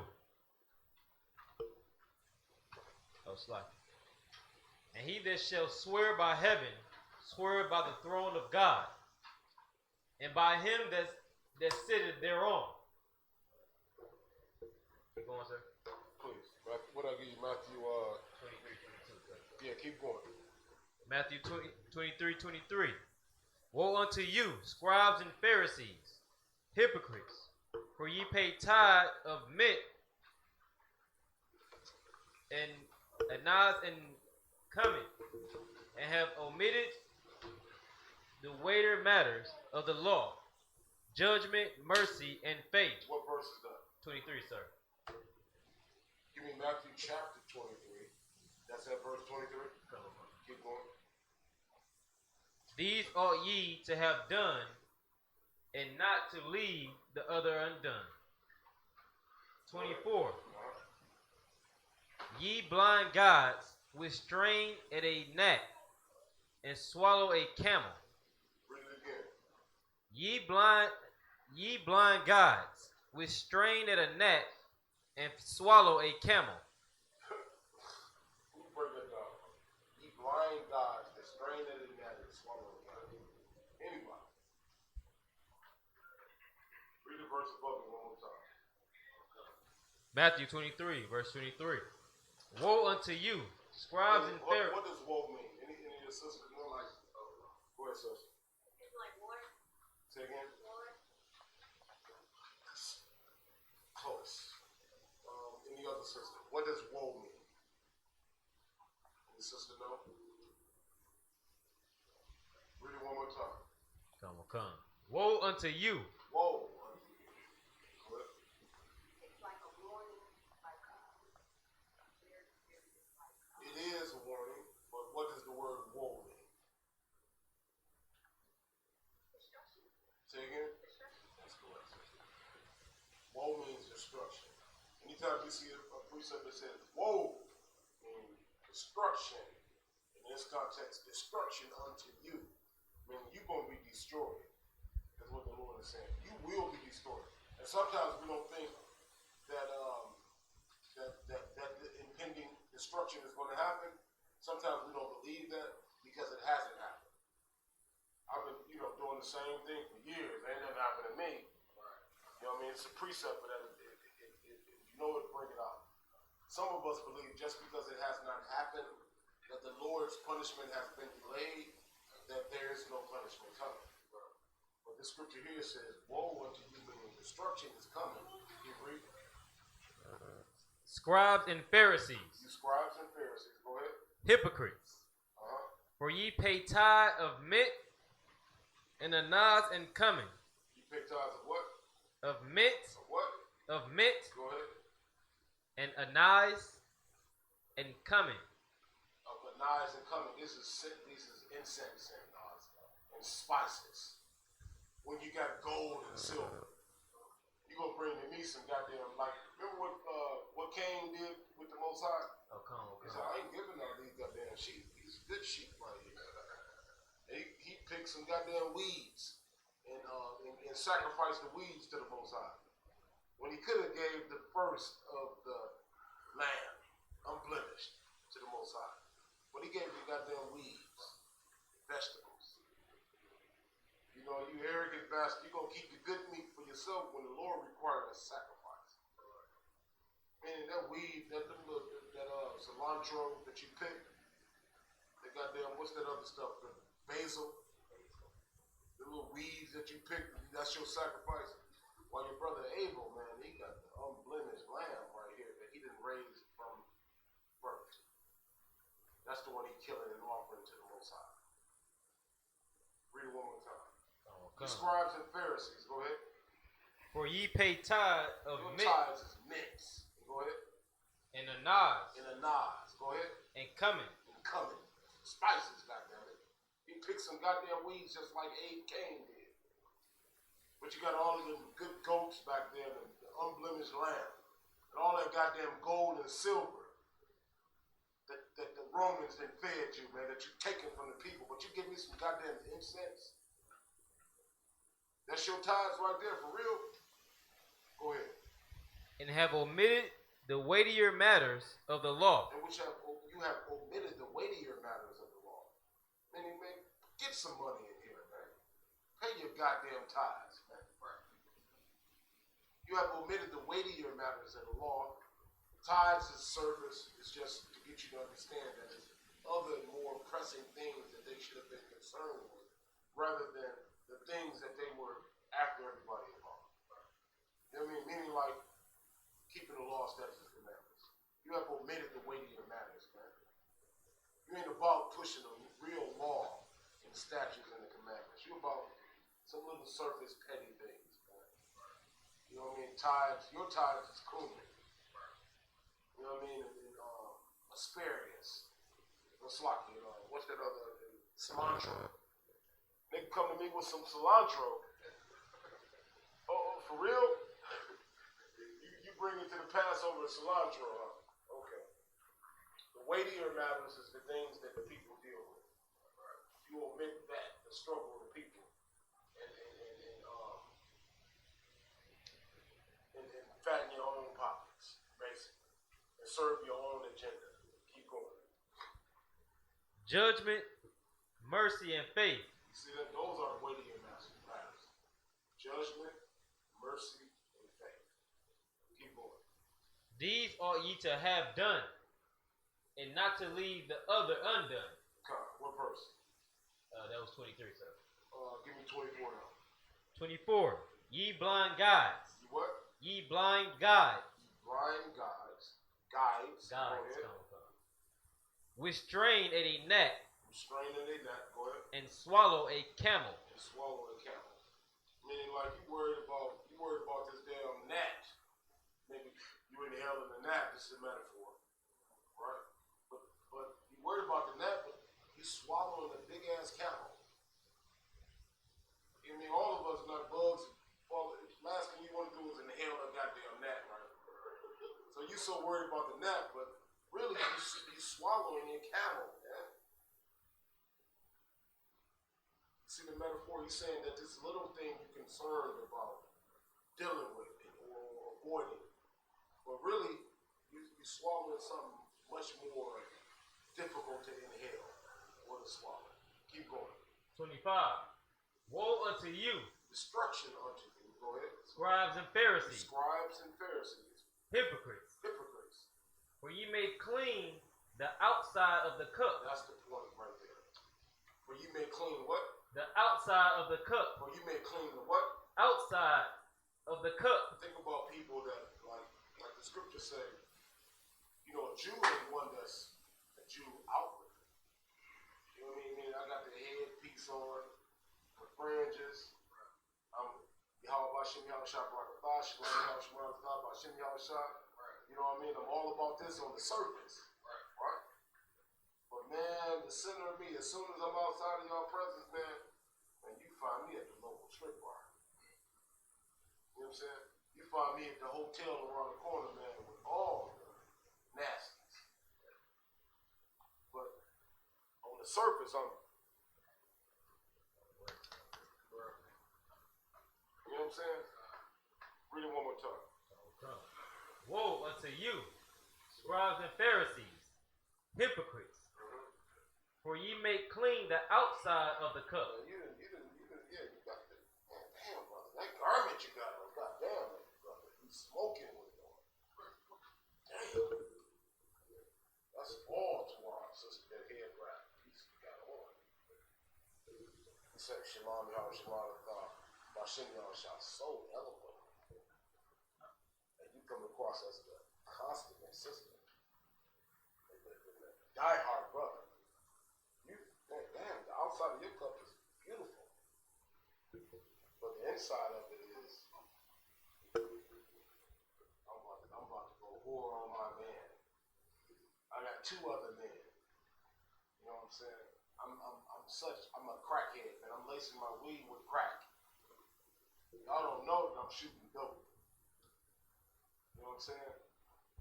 every time you see me, you know what I'm saying? I look like the thing, but the inside of the cup is filthy. You like that apple, man. You ever seen the apple, man? Like it looks so pretty, but you open it up, man, it's brown. You're so fucking pissed off when you spent your money on this fruit. It's brown in there, man. You're like, damn, this apple, man, how in the hell is that possible? That it's just so riddled with decay in there. That's what we become. And if you ain't careful, if you're not careful, Salaki, I should say, you will travel down that road like many of the groups that left the Israelite schools in the UK and formed these other fake groups, man. They look the part on the outside. But when you examine what they really put out there, man, it's no more than Christianity. It's the same white man's doctrine, man. Remixed, and that's another thing to be careful about. It's believing that you're following something that's clean, but the core of it is really filthy. All right. Give me from there. Give me Matthew. Slaki. Give me Isaiah 6 and 9. Any other questions on topic or any other topic anybody want to bring up before we end the class? You got another question off topic? Off topic? Off topic. I don't mean to embarrass anybody. Okay, hold on for a second. If it's off topic, let me finish this topic first. Hold on.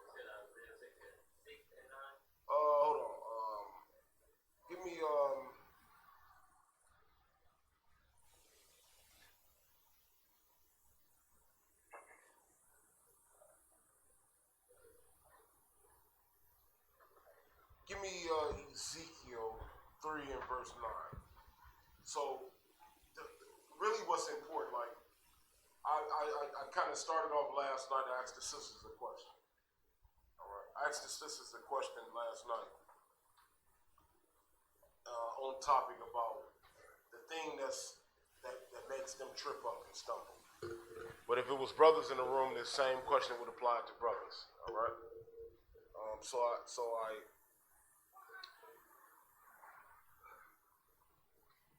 give me the precept first. Give me Ezekiel 3 and verse 19.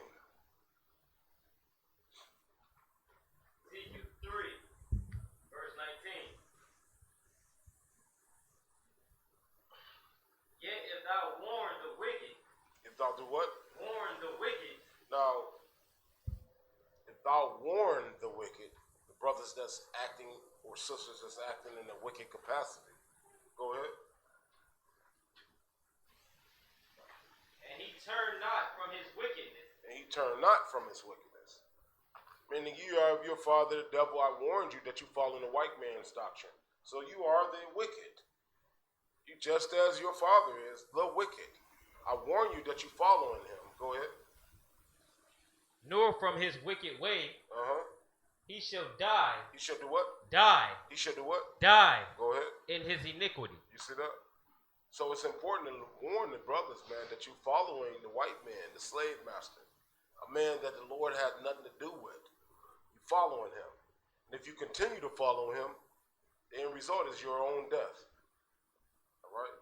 So the Israelite School of UPK is set up, man, to be instructions for black men, Hispanic and Native Indian men, in the times that is most challenging for us. You know what I mean? Because you weigh a career and children and a house and a woman and all of these other things, man. That is what we are primarily engulfed in this world. We worry about how we're going to be able to succeed in those areas. But we've removed the Most High far from our mind. When he is the one that said, man, if you consider me first, then I will be your power. And you ain't going to have to worry about none of that. But because we're doing it backwards, our power has become whether the white man will free us from a particular type of bondage, like pulling niggas over every day and giving them tickets for bullshit. We're going to look to the white man to help us out in this filthy society. As opposed to, if we decided to follow the Most High, guess what? He would eliminate the white man. We just read it. He would obliterate the white man if all of us decided to follow the Most High today. We would wake up if every nigga in America, Hispanic and Native Indian in America, woke up, decided today not to follow the white man anymore. We wake up and the white man would be under our boot tomorrow. That's what would happen. All right. So what was the other topic? Go ahead. I was thinking about it today, and deliberately chose to be clean. But my question came to, what makes it, when it comes to a man and his wife, how far before he becomes unclean? Is it just... As it relates to what? What you saying? The sex. unclean law about sex? About sex. What makes him particularly unclean? Like nobody should be in here right now if you just have sex with your wife. Or like say you woke up this morning and you know y'all couldn't resist each other, even though you know class was going on. Y'all couldn't resist each other and y'all did it. Then you're not clean until the next day, 24 hours. So at sundown, what's like? It will be sundown tonight, I believe. Somebody give me that wall. I believe it's sundown. Is it sundown? It's sundown. So like when the sun goes down, you clean. Come, Baba Shah, if I may. Please. I understand, you know, when you give her the ride, you want to clean. But there's other actions. I guess they call it foreplay. Oh no. Foreplay and get point where you want to clean. Oh, okay. No. You talking about a kiss or a hug unless you make some groceries or something. If you went grocery shopping, you done. It's a lot. When grocery shopping, bro. I know we laugh, but I'm serious, brother. No. Where do we go? Well, let me go there with you. You can kiss your woman, hug your woman. A kiss, a hug on any part other than that thing. What I'm trying to say is like anything that don't where. Salaki, Baba Shah, if I may. Go ahead. What secret parts don't mean. If you get near the secret part, the scriptures say, "I will discover the secrets." The water, I appreciate that. Kalamakan. So if you want them secret parts, then of course you don't want to be in this class. Where you got that secret all over, that good secret all over your beard. You know what I'm saying? It's all in your mustache. Then you don't want to be up in here. You know what I'm saying? So come, like with a kiss, a hug, stuff like that, you having contact, good natural contact with your rib. I encourage every brother man to wake up every morning, kiss his wife, tell him how much he loves her. Right? That's my encouragement. When you get an opportunity to talk to the rib, tell her how beautiful she is. Give her a flower, a rose, a compliment. That goes a long way with women. I'm just really, as old as I am, it took me so long I thought you was going to work. He told me, go ahead, speak loud. Go ahead. For what? You got another opportunity for me? Come on, H1. Shalom, y'all, Shemar, top, I see y'all, I see you ready. So I encourage that. You know what I mean? The woman is the weaker vessel. She need that thing. You know what I mean? The wives, the ribs, all of them need that. So it's a beautiful thing. But if you go there to where those secretions is exchanged, then you unclean up in here, and you shouldn't be in here today. You know what I mean? Go ahead, Kodash the bar. I got a scripture. It says, and this is what I would want to know too, because it says, this is Leviticus 15 and 16. If any man seed of copulation go out from him. What does that mean? First of all, what does copulation mean? Having a baby. Sex. Oh yeah, con, meaning that the seed of copulation is the effect of a man and a woman coming together in sexual intercourse. Copulation. Go ahead. If any man's seed of copulation go meaning, out from meaning him, whether it's manual or automatic from being with your wife. See what I'm saying? Whether you stimulated that joint or she poured it up out of you, right? No matter what, if that joint come up out of you, go ahead. then he shall wash all his clothes. He should do what? He shall wash, Salaki. He shall wash all his flesh in water and be unclean till the evening. You see that? Till the sun go down. Like you did it, you woke up this morning and y'all just couldn't pull your hands off each other, even though it was camp day. I don't understand that right there, but I do understand it because I'm a man just like you, right? If that happens to happen, you should not go to camp. You should not attend a holy convocation because the Lord said, what? Read it again. He shall wash all his flesh in water and be unclean till the evening. That's the law. That's a law. So typically our camp is from what? 1 to 5, 6 max. In the summertime, it don't get dark, or the evening is not until about 8:30, 9 o'clock. So you have to miss camp. So you sisters, Salakia, I want to address you sisters, all the sisters that's out there. Get it in Friday before the sun go down, if at all possible. Friday before the sun down. Wear him out Thursday night, Thursday morning. You know, cripple him. Make sure he can't even walk Friday morning. That's what you want to do. But leave the brother alone on the day of the Lord. When brothers come to me like one brother did today, it seemed weak, especially if you're a man of high stature. You got rank up in here, you come to me and tell me you unclean, okay. All right.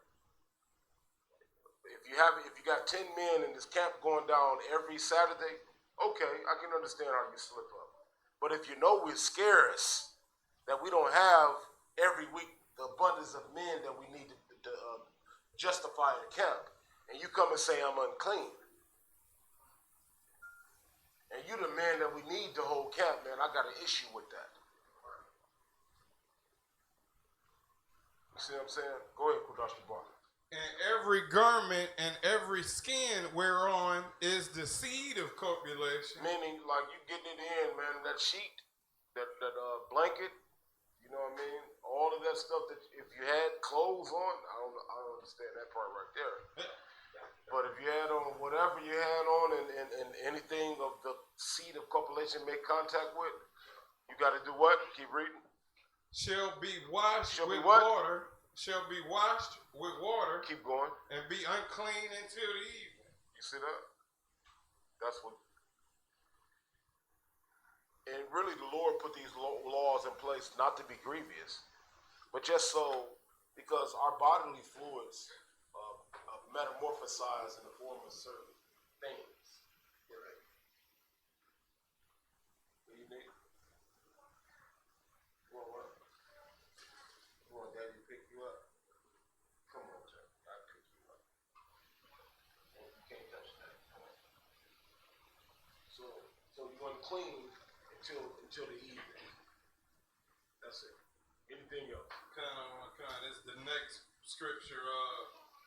And everything, select. This is 18. And the woman also with whom man shall lie with seed of copulation, they shall both bathe themselves in water and be unclean till the evening. That's correct.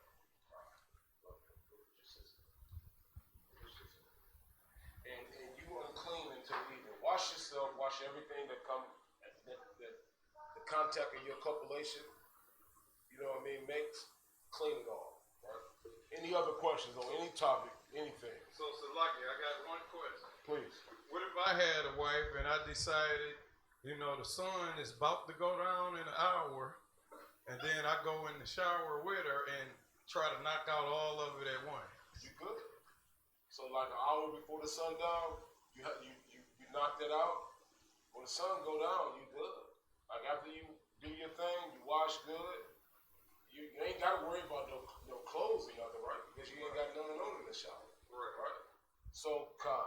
absolutely clean. Like you do it, like you say the sun go down at 8 o'clock, you jump in the shower at 7. By the time you get out the shower after washing yourself, sun down, you good. Any other question? Any other question on any topic? You got any question? All right, with that, I'll turn the class over to priests and officers of Rock for the reading of the security announcements. Wow.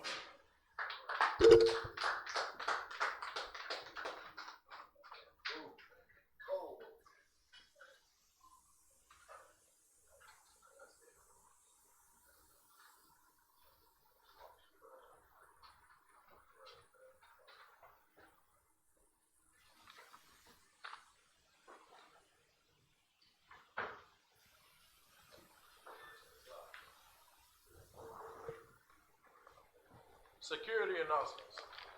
We are the ISUPK, start out of 1 West, 125th Street out of Harlem, New York. Rule for new brother and sister. When a new brother or sister comes into the school, they are off limits for 6 months. They are to be saluted only. They are here to shed themselves of the world. They need transportation, the teacher will arrange it. After 6 months, if a brother or sister has an interest in a particular person, he or she must get permission from the head to speak to a brother or sister. There's another 6 months in which the brother and sister will court each other. After this 6-month period, the brother and sister will get permission from the head to marry. Tithes, which is a commandment. Numbers 18 and 21 and Malachi 3 and 8 through 10 means tenth in the Hebrew. Ma'ashura, 10% of every penny of any increase the Lord gives you, give to the Treasury Department. Priest fund, free will offering for priests, not mandatory. Whatsoever amount you would like. Up and coming Holy Convocation, it's the Feast of First Fruits, which is April 28th through June 17th, 2019. If anyone wants to be a trooper in the school, start wearing all black. Boots, shirt, pants, headbands, and scarf. With that being said, I'd like to give a courtesy salute to the teacher, Amajium, which means to stand. Amajium Shabbat, Amajium, Barak, Yahweh Bashim Yahweh Shabrakatah. We're also going to give a courtesy salute to the sisters, Amajium, Amajium Shabbat, Amajium, Barak, Yahweh Shamar, Allah Bashim Yahweh Shah. Yajimatah, dismissed.